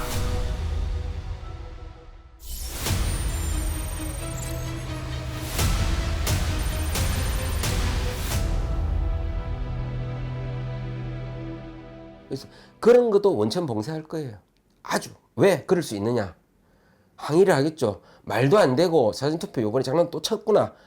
이제는 우습게 무시할 거예요. 왜? 언론도 우리 편, 검경도 우리 편, 뭐 사법부도 우리 편. 국민들도 가스라이팅 됐고 더 무서운 거 입법부에서 아예 일체의 부정선거와 관련된 이야기라는 사람은 허위사실 유포인 거로 잡아넣겠다는데 근데 더 웃기는 건 국민의힘도 이걸 안 믿잖아요. 두 가지죠, 두 가지. 아는데 뭐 일부러 모른 척 하든지. 알면서 소극적으로 떠드는 사람이 있고요. 알면서 모르는 척 하는 사람이 있고, 진짜 무식해서 모르는 사람도 있는 것 같고요. 예, 그런 사람 많은 것 같아요. 근데 나는 두 번째가 더 많다고 봐요. 뭔가 심정은 있는데 딱히 굳이 자기가 리스크를 안으면서 이걸 적극적으로 밝히려는 마음이 없어요. 밉보이기 싫은 거예요. 소위 말해서 저는 이재명 씨조차도 이 세팅하는데 타협이라고 생각 안 한다고 저 주장하거든요. 왜냐하면 이 모든 판을 짜는 사람은 이재명 씨조차도 거기에 종속되어 있는 사람이지 더 크게 판을 짜는 사람이 있다는 거죠. 제가 우스갯소리로 국힘당에서 22대 총선에 배려받았던 사람 명단도 갖고 있어요. 왜? 사전투표에서 말씀드린 기본표 1%도 2%도 보태주고 이랬지 않습니까? 민주당이 안 보탠 케이스가 있어요. 그거는 상대적으로 말하면 국힘당을 배려해 준 거예요. 빵프로. 그 빵프로가요. 말하긴 싫지만 예를 들게요. 흔히 말하면 탄핵 찬성했던 젊은 친구들이 있습니다. 걔들은 이게 빵프로예요. 무슨 말이냐? 원대한 계획이 있는 거예요. 이 부정선거판을 핸들링하는 사람은 소위 말해 미래의 야당이 될 국힘당의 젊은 인재들을 키우고 있어요. 지금은 사용하지 않는 투표지 분류기를 서울 근교에서 찾았습니다.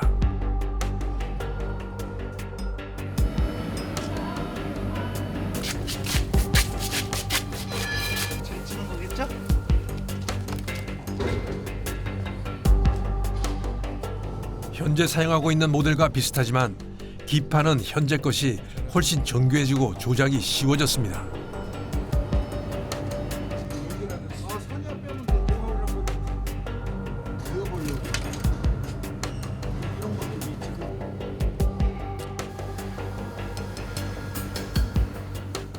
가져가서 그 원칙대로 하는 게 맞잖아요.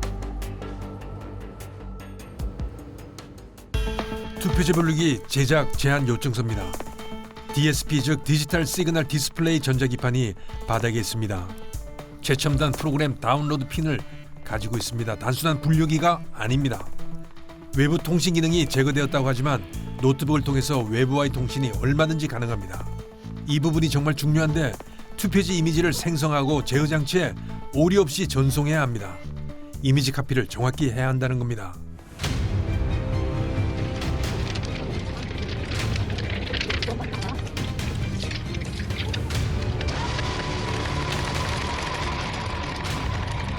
투표지는 분류기를 통과하면서 누굴 찍었는지 그 이미지를 전송하고 기록합니다. 저기 안에?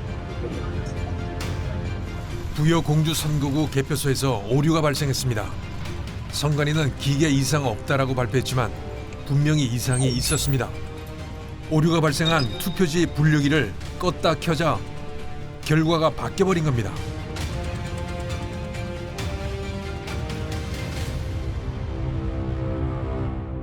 사전투표 개표기의 오류일까 조작일까 뒤바뀐 선거 결과 2020년 총선 당일 부여군 옥산면 개표소에서 사전선거 투표용지 415장을 자동 분류기로 막 개표를 끝낸 참이었습니다.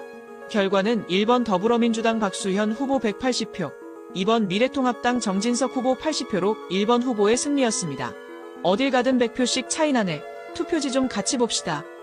개표 참관인들의 거센 항의에 선관위 직원들은 할 수 없이 개표한 투표지를 확인시켜 주었습니다. 얼핏 보아도 2번으로 찍은 투표지가 굉장히 많이 1번 쪽으로 가 있었습니다. 이게 뭐야, 섞여 있잖아요. 재개표예요. 결국 다시 재개표하기로 하자 선관위 직원은 투개표기를 껐다 켜서 리부팅 시켰습니다. 개표기에 전원이 들어오고 재개표를 하자 결과는 1번 159표, 2번 170표로 2번 후보의 승리였습니다. 자동 개표기가 잠깐의 기계 오류로 잘못 분류한 것일까요? 아니면 처음에 다른 설정값이 입력되어 있었고 기계는 제대로 작동한 것일까요? 저희가 똑같은 예비 기계가 또 있어요. 이런 사태가 발생이 될 것 같아서 예비를 두거든요. 이걸로 지금 교체를 할게요. 기계만 교체. 해보고 똑같은 문제가 또 생기면은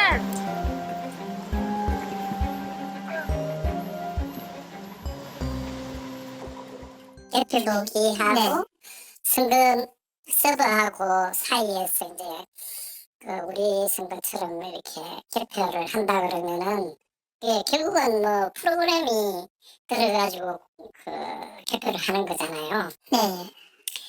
근데 프로그램을 제작하는 것도 만약에 뭐 국내에서 하면은 물론 뭐 그렇게 어렵진 않겠지만 어쨌든 몇 명이 순간이 사람들이 관여는 못할 테고 그 실력이 안 될 테고 외부 사람이 프로그래머가 들어가야 되는데 그래서 제 생각에 국내에 그 만약에 프로그래머가 들어갔다면은 소문이 날 텐데 중국에서 텐센트나 이런 데서 프로그래머가 그걸 짠다고 하면은 뭐 어렵지 않은 일인 것 같고요. VPN, 그리고 VPN이라고 하면 가상스말이라고 해갖고 뭐 외부에서 접근이 안 되는 그런 식으로 이제 인터넷을 임시적으로 구성을 한다고 그러긴 하는데 글쎄요, 보안이 안 되니까 그 뭐 다 외부에서 충분히 접근이 가능하고 또 뭐 그 서버의 접근도 쉬울 테고 그 다음에 이미지 그 개폐기에서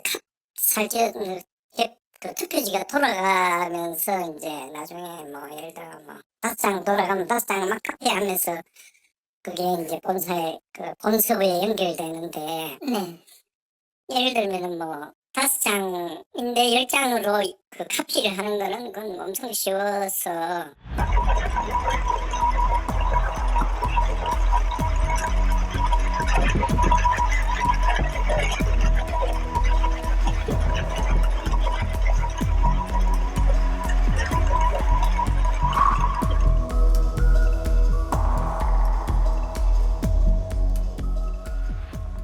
전자개표기에서 돌아갈 때 카운트가 되고 그러면 그게 서버에 이제 넘어갈 때는 그게 숫자가 바뀔 수도 있는 거죠. 그렇죠. 카피를 예를 들어 뭐 5를 10으로 뭐라는 카피하면서 숫자도 10으로 넣을 수 있죠. 그 개표기에서 임시 구성 서버로 갈 때 VPN으로 연결됐다고 할 때 그거를 VPN이라고 하더라도 뭐 들어와서 조작하는 거는 얼마든지 가능한 거죠. 그거는 뭐 프로그램상으로 이미 돼 있고 프로그램이 뭐 여러 가지 1번이든 2번이든 뭐 이렇게 하고 프로그램을 1번으로 돌릴 건지 2번으로 돌릴 건지 3번으로 돌릴 건지 이것도 뭐 쉬울 테고요. 뭐 나중에 외부에서 그 서버에 접근을 해서 뭐 예를 들어 수정하거나 뭐 이것도 가능하고요. 그러니까 저는 제일 의심되는 게 왜 서버에 보안 관제 인력을 그러니까 포함을 안 시킬까? 관제 인력을 포함시키면 어쨌든 뭐 관제를 할 거 아닙니까? 그렇죠. 근데 그거를 보안 관제를 안 한 상태에서는 뭐 중국에서 연결해서 중국에서 할 수도 있는 거죠. 네, 가능하죠. 보안 관제가 있다고 해갖고 뭐 100% 안전하다고 할 수는 없지만 어쨌든 뭐 발각될 가능성이 크죠.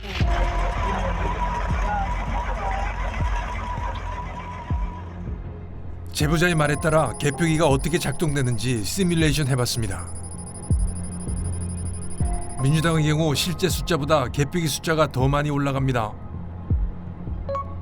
반면 국힘당은 실제 올라가는 숫자가 민주당으로 가버립니다.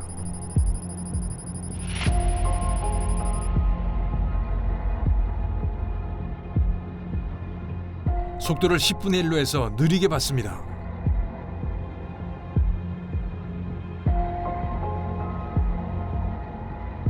민주당 표는 한 장이 지나가면 2장이 촬영됩니다.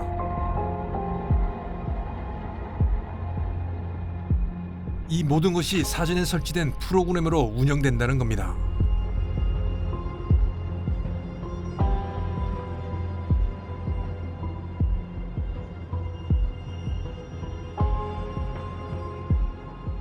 반면 국힘당은 실제 표가 민주당으로 갑니다.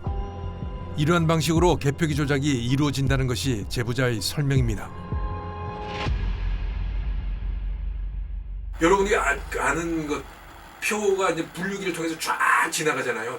쫙 하면서 그게 지나갈 때마다 굉장히 빠른 속도로 한 장씩 한 장씩 찍히면서 그게 노트북에 이제 1번, 2번 이게 나오는 거거든요. 그런데 USB에 꽂는 게 아니라 이게 노트북에 저장이 돼. 이건 하지 말고 2개로 저장이 되는 거예요. 하나는 원래 쭉 가면서 국민의힘이 50표고 그다음에 민주당이 50표면 원래 쭉 찍히면서 저장이 하나가 돼요. 근데 두 번째 저장이 되는 건 뭐냐면 이게 찍히는 걸 카피를 해서 저장을 하는데 두 번째 찍히는 거는 쭉 가다가 민주당 거는 50표인데 이게 70표로 짜자작 하면 70표로 이게 바뀌는 거야. 저장이 한 장이 두 장 찍히고 어떤 때 세 장 찍히고 70표로 바뀌고 그 다음에 국민의힘이 50표면 50표 중에 20표는 이쪽으로 넘어가가지고 더 웃기는 거는 끝났잖아요. 그러면 원래 있던 오리지널 실제로 그거는 얘네들이 폐기시켜버려요. 그 다음에 조작된 이것만 가지고 보관을 하는 거야. 그래서 나중에 소송이 걸리거나 이렇게 되면 두 번째 거 조작된 이 표 실제로 발표된 이 표가 들어있는 숫자가 들어있는 USB를 증거로 제출해요. 이거는 범죄예요. 근데 여기에 대해서 검증을 하자든지 하는 사람이 물론 몰라서 그럴 수도 있겠지만 잘못된 거는 하나하나 모든 게 전자개표기를 포함해서 서버 이런 거를 전부 다 검증하고 해야 되는데 이거를 하자는 사람이 없는 거예요. 특히 정치권에서는. 난 이게 한심하고 나라를 말아먹는 정치인이라고 생각해요. 청와대 앞입니다. 많은 사람들이 청와대 안으로 들어가고 있습니다. 청와대가 국민의 품으로 돌아왔기 때문입니다. 만일 이번 선거에서 이재명 후보가 대통령이 된다면 이곳 청와대로 다시 입성을 할지 모릅니다. 그런데 대통령 집무실이 어디에 있느냐가 무엇이 중요합니까? 부정선거에 의해서가 아니고 진정한 국민의 의사에 의해서 뽑힌 대통령이 진짜 대통령입니다. 그러기 위해서는 사전투표도 본투표와 같이 투표관리관이 직접 자신의 개인 도장을 찍어야 하고 전자개표기를 사용하지 말고 순전히 수개표를 해야 합니다. 이 두 가지만 지켜져도 선거 조작이 현저히 감소할 것입니다. 현재 상황에서 우리가 진정으로 원하는 것은 능력 있는 대통령이 아니라 정직한 대통령입니다. 국민을 속이지 않는 정직한 대통령, 그리고 정직한 방법으로 뽑힌 대통령 말입니다.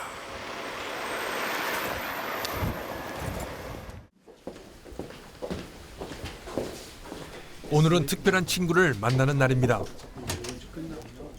안녕하세요. 이 PD님 반갑습니다. 제가 이 PD 열렬한 팬입니다. 팬. 부정선거 그 밝혀서 너무 고맙습니다. 원래 하시던 일을 그냥 받아서 아니죠. 근데 전문가들 입장은 완전 달라요. 제가 부정선거 이야기를 먼저 올렸잖아요. 그렇죠. 원래 유튜브 올렸는데 그게 막 대박이 나가지고 사실은 터졌죠. 몇백만 건 되니까 이제 민주당 측으로 고발했잖아요. 그래 원래는 제가 저는 전문가가 아니잖아요. 근데 저는 부정선거 사람들 왜 전부 다 음모론이라 하지? 뭐 이래가지고 제가 알아가지고 진짜 자료 찾아가지고 이렇게 방송했는데 그거 가지고 발끈하더라고요. 국민들은 일광하고. 선관에 대해서는 어떻게 생각하세요? 선관은 쓰레기 집단이라 제가 이미 여러 번 이야기했어요. 그 부정채용 비리 같은 게 878건 나오잖아요. 무슨 놈의 비리가 그렇게 많아요? 이런 건 있을 수 없죠. 그럼 또 자정작용이 안 돼요. 선관위는 이미 투표함 관리, 그 다음에 해킹 위험, 서버 관리, 그 다음에 사전 조작, 사전 선거에 대한 문제점 이미 드러난 거에도 얼마나 많은데요. 그렇죠. 오죽했으면 쓰레기라 하겠어요. 쓰레기 집단이라 하죠. 그 자정작용 안 되는 이유가 감사원에서 감찰하니까 헌법재판소에서 하지 마라 그랬잖아요. 왜냐하면 독립기관이라고. 그 독립기관이라고 짜식도 말이야. 입법부, 사법, 행정부 독립지켜놨는데 그걸 이용해서 부정을 더 저지르잖아요. 무소불위의 권력 기한이죠. 선관위는 직원 실수였다고 해명했습니다. 제가 중앙선관위에 이게 어떻게 된 일이냐라고 물었는데요. 단순 실수로 판단하고 있다. 단순 실수로 판단하고 있다.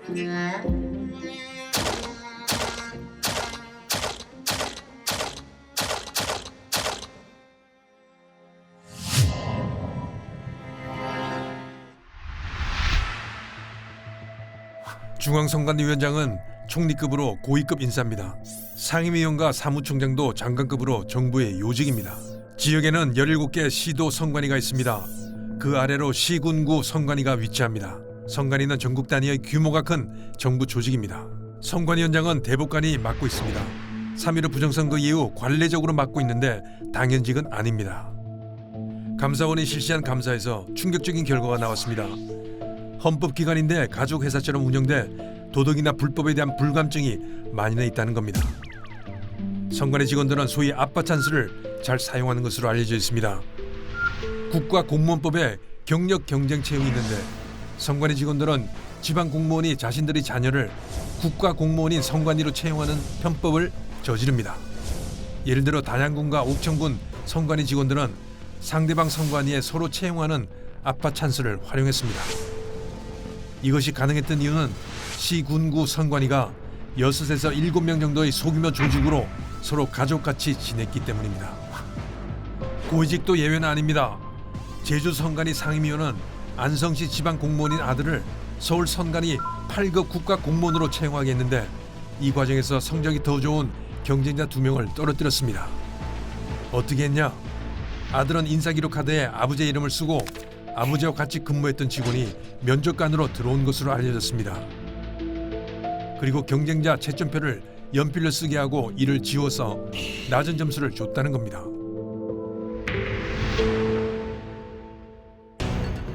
채용 과정의 비리뿐만 아니라 고위직 나눠먹기도 했습니다.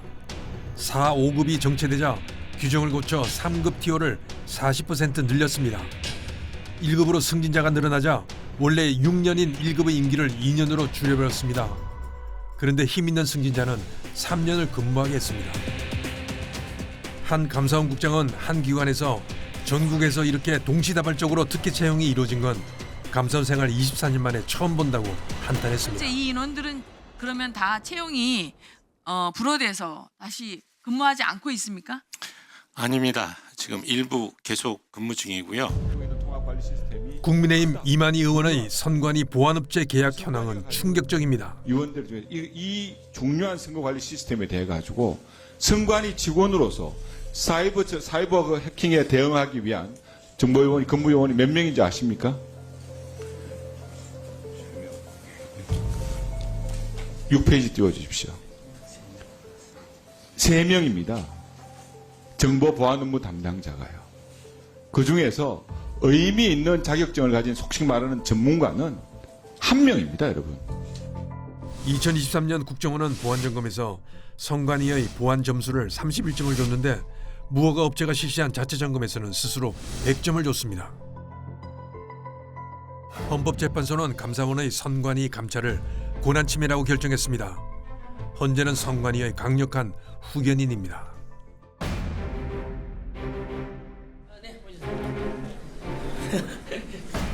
국회 소통관입니다. 이 의원이 또 부탁하려고 네. 마지막에 저거는 이것도 말하면 안 돼. 오늘은 선관위에 공정하고 투명한 선거를 위한 요구사항을 전달하기 위해 기자회견을 하는 날입니다.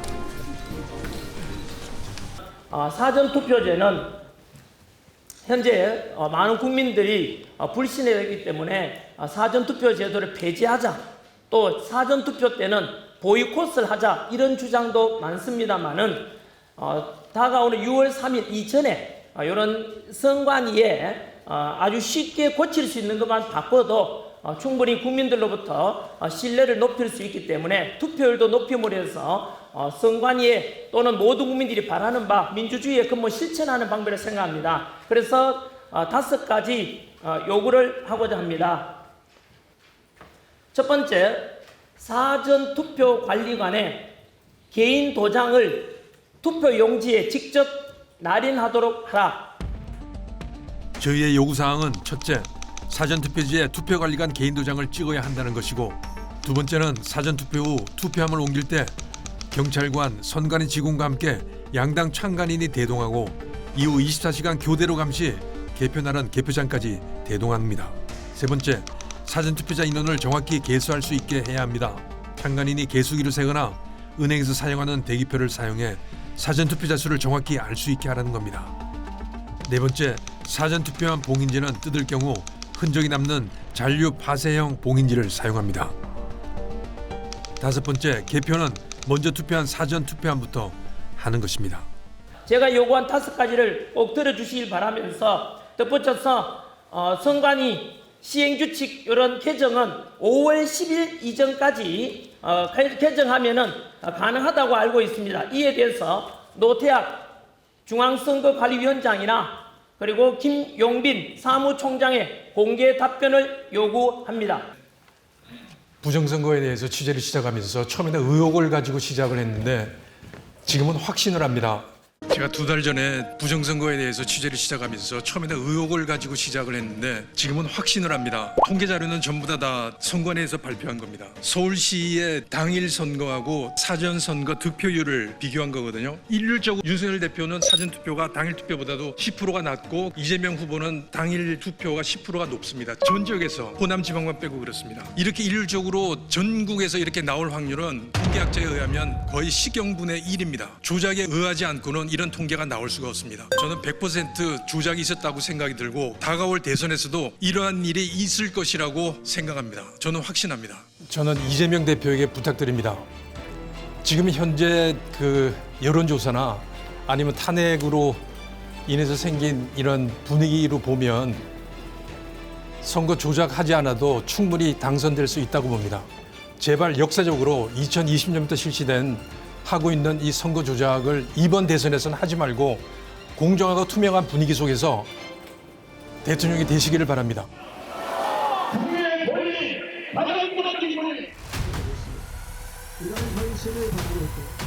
전원길 씨와 저는 이 5가지 요구사항을 선관위에 전달하기로 했습니다. 국권이 닫힌 선관위 정문. 우리를 맞이한 것은 민원실의 사무원들이었습니다. 김용빈 사무총장 면담도 거부당했습니다. 답이 있으니까 확인해 주시고요. 가자. 그리고 뭐 사인투표제 뭐 이런 주장들이 여기 관심이 많기 때문에 시민운동으로 가겠다는 거죠.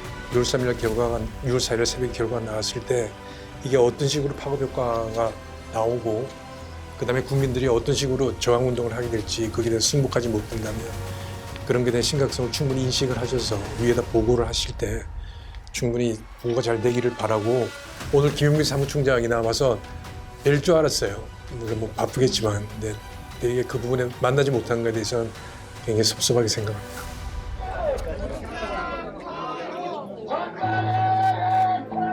그리고 우리가 요구한 5가지 사항은 2주 후 예상대로 거부당했습니다.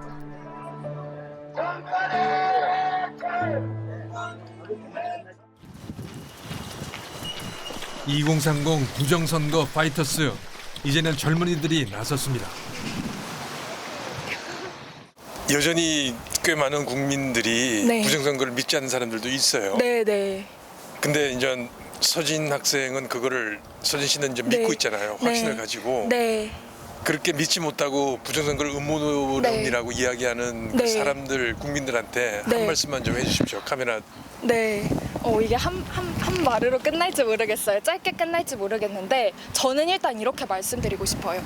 우리나라에서는 부정선거를 부정선거라고 표현을 하잖아요. 그런데 이제 미국에서는 election fraud, 그러니까 선거 사기라고 말을 해요. 그러니까 그 뜻은 뭐냐? 사기를 친다는 거예요. 어렵게 생각하실 거 없이 사기를 친다는 건데 사실 이 세상에 우리 사람들이 얼마나 악한지 우리는 알고 있잖아요. 우리 천사들이 사는 세상이 아닙니다. 그렇기 때문에 어떤 막대한 이득이 있는 곳에는 사기가 일어나요. 그래서 우리가 뭐 경제적 이익을 위해서도 사기를 치고 이러잖아요. 그렇기 때문에 이 표를 얻으면 엄청나게 막대한 이득을 가지게 된단 말이에요. 권력을 손에 쥐게 되고 그러면 그 권력을 사용해서 또 경제적인 부도 얻게 되고 자신들이 원하는 어떤 그 사상적인 이념을 관철시킬 수도 있게 되고 엄청나게 막대한 이득이 있어요. 그렇기 때문에 선거에도 사기가 일어날 수 있습니다, 여러분. 그거를 생각을 하셨으면 좋겠고요. 그리고 이제 우리나라에서만 부정선거 문제가 이슈가 되는 게 아닙니다.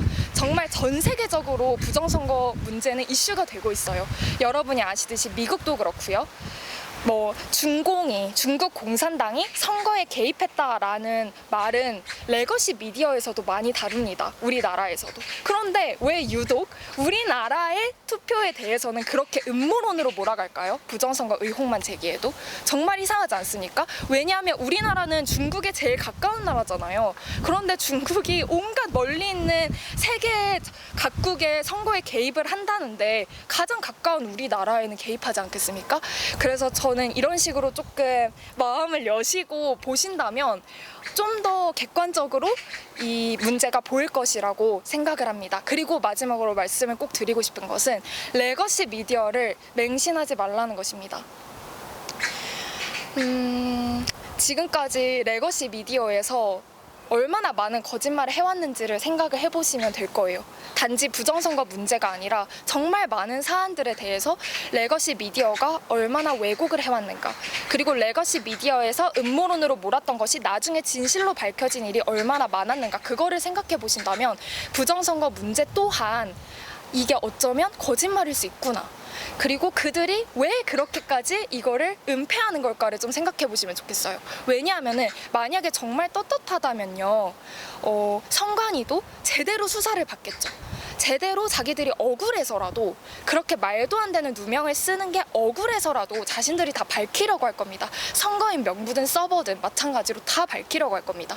근데 왜 그렇게 기를 쓰고 숨길까요? 왜 그렇게 기를 쓰고 숨길까요? 그거를 잘 생각해 보셨으면 합니다. 감사합니다. 경기도 과천에 있는 중앙선거관리위원회 앞입니다. 주위에 산도 있고요. 공기도 너무 좋습니다. 근무 환경이 너무 좋은 곳입니다. 그런데 저는 선관위를 생각하면 서글픕니다. 정직해야 할 기관이고, 그리고 국민의 신뢰를 한 몸에 받아야 할 기관이 선관위입니다. 그러나 온갖 편법이 동원된 친인척 부정 채용이 불거지면서 선관위는 온 국민의 지탄을 받으면서 신뢰를 잃었습니다. 더 큰 문제는 지속적으로 제기되어 온 부정선거에 대한 선관위의 대처입니다. 빳빳한 투표용지를 형상기억용지라는 기상천외한 용어를 사용하고, 대수업체에 대해서는 통계의 기본적인 방법론조차 이해 못하는 답변을 쏟아냈습니다. 최근 실시한 투개표 시연에 대해서도 봉인지 흔적 등 의문을 해소하지 못했습니다. 그리고 사전선거에 대한 의혹이 깊어지자 선관위는 이번 대선을 앞두고 1시간마다 사전투표자 수를 발표하겠다고 김영빈 사무총장이 말했습니다. 그러나 과연 그게 국민들의 사전투표에 대한 불신을 해소하는 데 도움이 될까요? 전 그렇게 생각하지 않습니다. 선관위가 단 한 칼에 해소할 수 있는 방법이 있습니다. 바로 통합선거인 명부를 공개하는 겁니다.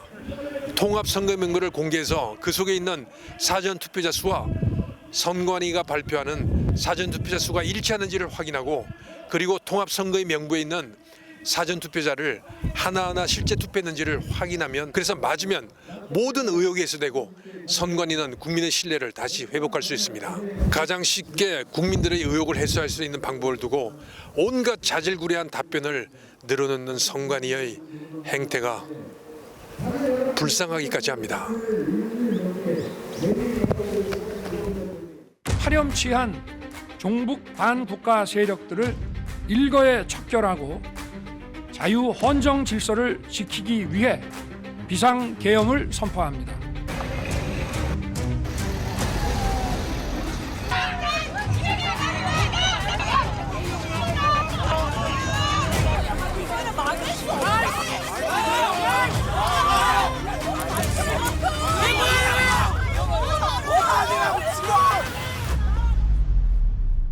저희가 목숨을 바쳐 반드시 지켜내겠습니다. 대통령 윤석열 탄핵 소추안은 가결되었음을 선포합니다.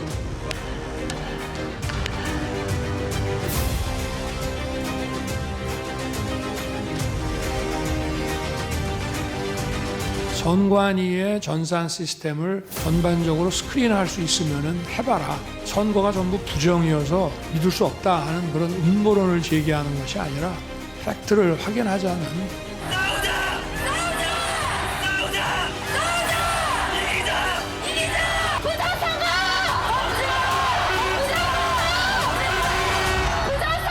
국무총리 한덕수 탄핵 소추안은 가결됐음을 선포합니다. 헌정사상 처음으로 대통령 권한대행 탄핵소추안이 국회에서 가결됐습니다. 이상민 행정안전부 장관의 탄핵소추안이 어제 국회에서 가결됐습니다. 장관 탄핵소추안이 국회를 통과한 건 헌정사상 처음입니다. 오늘 국회에서는 헌정사상 처음 현직 검사를 파면하라는 탄핵소추안도 의결됐습니다. 탄핵안 통과로 직무가 정지된 한 총리 대신 최상목 부총리 겸 기획재정부 장관이 대통령 권한대행을 이어받게 됐습니다. 야당이 주도한 최상목 경제부총리 탄핵소추안이 오늘 국회 본회의에 보고됐습니다. 윤석열 정부 들어 30번째 탄핵안입니다. 서울시청 앞 도로가 윤석열 대통령 지지자들로 가득 찼습니다. 이 위기에 빠진 대한민국을 지키기 위해 비상계엄령을 선포했습니다. 집회 참석자들은 탄핵 각하 등이 적힌 팻말을 들고 윤 대통령 즉각 복귀를 외쳤습니다. 주문, 피청구인 대통령 윤석열을 파면한다.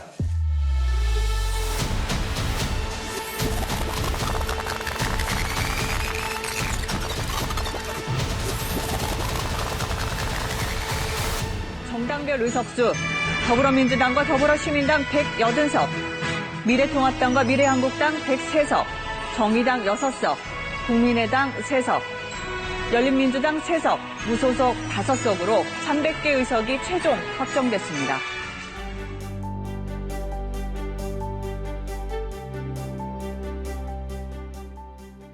국민의힘 윤석열 후보가 당선됐습니다.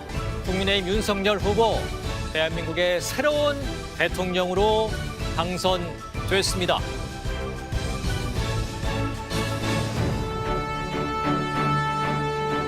네. 민주당이 비례위성정당을 합쳐 175석을 확보하면서 원내 일당이 확실해졌습니다. 네, 국민의힘은 비례위성정당을 포함해 모두 108석을 챙겼습니다.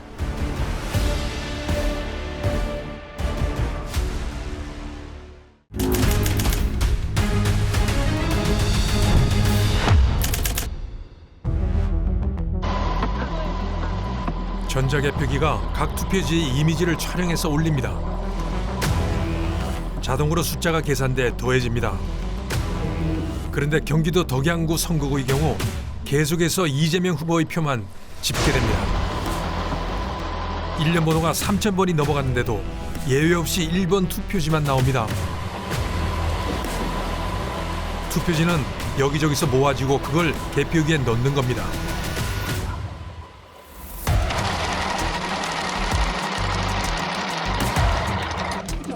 따라서 한 후보자의 모아진 표를 집계하는 것과는 다릅니다. 3,000표가 넘어갈 때까지 1번 이재명 후보의 표만 나오고 2번과 4번 후보들의 표는 하나도 없는 기이한 일이 벌어진 것입니다.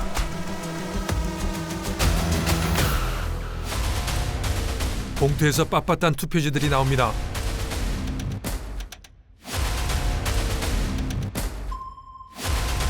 이렇게 빳빳한 투표지들이 모아져 있다가 나올 경우 같은 후보급만 계속해서 나올 가능성이 높습니다.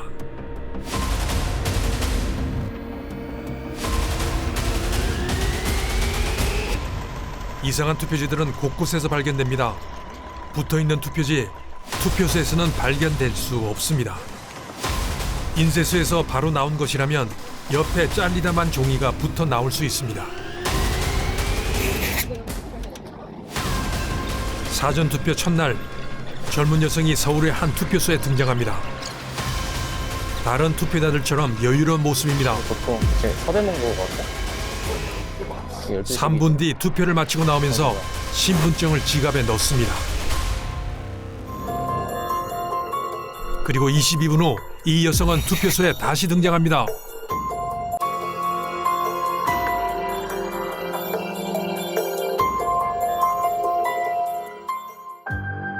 (20여 분) 만에 여유롭게 2번의 투표를 아무런 제재 없이 마칩니다.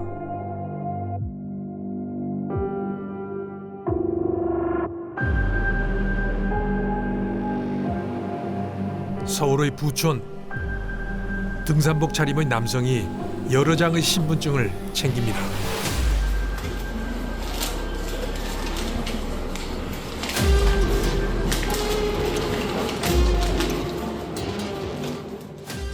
주민등록증이 한 10장 정도 집으려고 있었는데 제 앞에서 그걸 열더니 그 중에 하나를 이렇게 골라가지고 꺼내서 들고 투표소로 또 들어가더라고요. 그래서 분명 한 번 더 올 것 같으면 한 번 더 오면 진짜 육탄전이라도 벌여갖고 시민 체포로 해버리려고 했거든요. 네.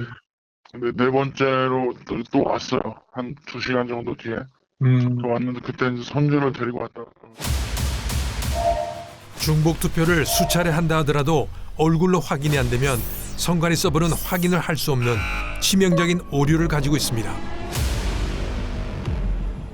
선거 결과는 충격적입니다. 재외국민투표에서 김문수 후보가 이긴 곳은 전국에서 단 한 군데. 역대 최대의 투표율을 기록한 이번 재외국민투표에서 김문수 후보는 유학생이 많이 나가 있는 강남도 아니고 경상남도 의령군에서만 이겼습니다. 이번 6.3 대선은 이재명 후보가 전국에서 사전선거가 당일 선거보다 20% 이상 이기는 진기한 통계를 만들어냈습니다.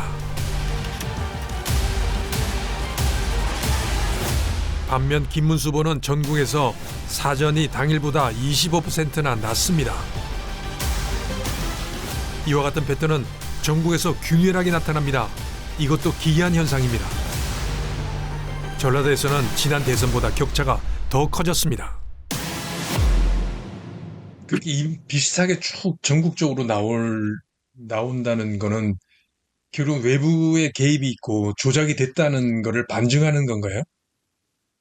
그렇죠. 자연적으로 나올 가능성이 거의 없다는 거죠. 그게 테스트 하나를 한 게 아니라 한 두세 개를 했는데 다 같은 결과, 이건 자연적으로 나올 수 없는 결과이다 라는 게 나왔죠. 그러면 인위적으로 개입을 해서 그런 숫자를 만들었다는 거 아니에요, 그렇죠? 그렇죠. 그러니까 통계적인 결과로는 자연적으로 나올 수 없는 게 나왔다라는 거죠. 그러니까 박성현 교수님 말씀하신 대로 신이 작정하고 그렇게 해주려고 하지 않는 이상 나올 수 없는 결과가 나왔다는 거죠. 그것도 매번 민주당에게 유리하게 이번 대선, 지난 보궐, 22대 총선, 21대 총선 모두 다 해서 왜 통계 법칙을 어긋나서 희한한, 진짜 세상에서 볼 수 없는 희한한 인위적으로 보이는 통계 패턴은 다 민주당에게 유리하게만 나올까요? 기가 막히게도 서울은 이재명 후보가 사전 선거가 당일 선거보다 30%나 더 많이 득표했습니다. 강남에서도 비슷합니다.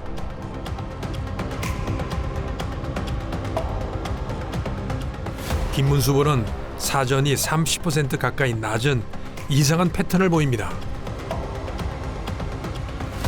이와 같은 현상은 경상북도 시골에서도 비슷하게 나타납니다. 경북 산골에서도 이재명 후보가 사전 선거를 이깁니다. 지금 대한민국의 21대 총선, 22대 총선, 보궐선거, 대통령 선거까지 이 4번의 선거 결과는 다 합쳐서 보면은 다 곱해야 되잖아요, 확률을. 이 확률이 일어났고, 이 확률이 일어났고, 이 확률이 일어났고. 이건 한 우주 10번 태어나고 오늘날까지 매일매일 로또 1등할 당첨보다 더 낮은 확률에 진짜 신이 작정을 하고 부활시켜주지 않는 한, 죽은 사람 부활시켜주지 않는 한 이런 선거 결과가 이렇게 연속적으로 계속해서 나타나긴 힘들고요.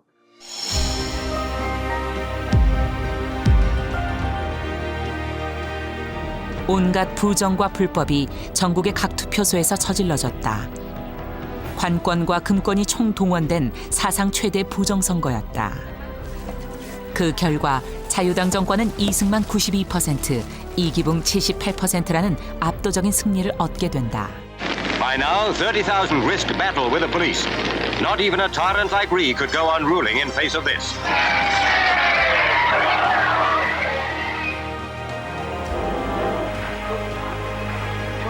But later, when 500,000 made a mass revolt, President Ree said he'd resign and agreed to hold the election again.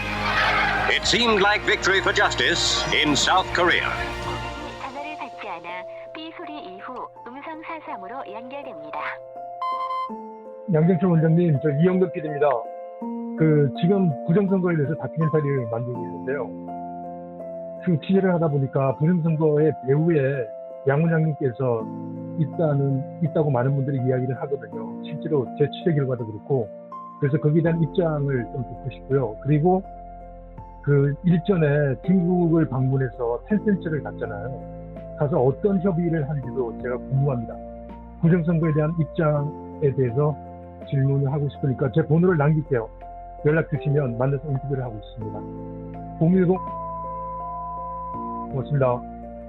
자유민주주의를 바라는 모든 국민들께서는 이번 대선에 대해서는 부디 공명성이 되길 바라고, 만약에 공명성과 부정성 이대로 간다면은 전 국민들이 들고 일어날 것임을 분명히 말씀드립니다. 맞습니다. 저는 믿고 있는 2030 청년 세대 여러분, 제가 먼저 앞장서서 희생하겠습니다.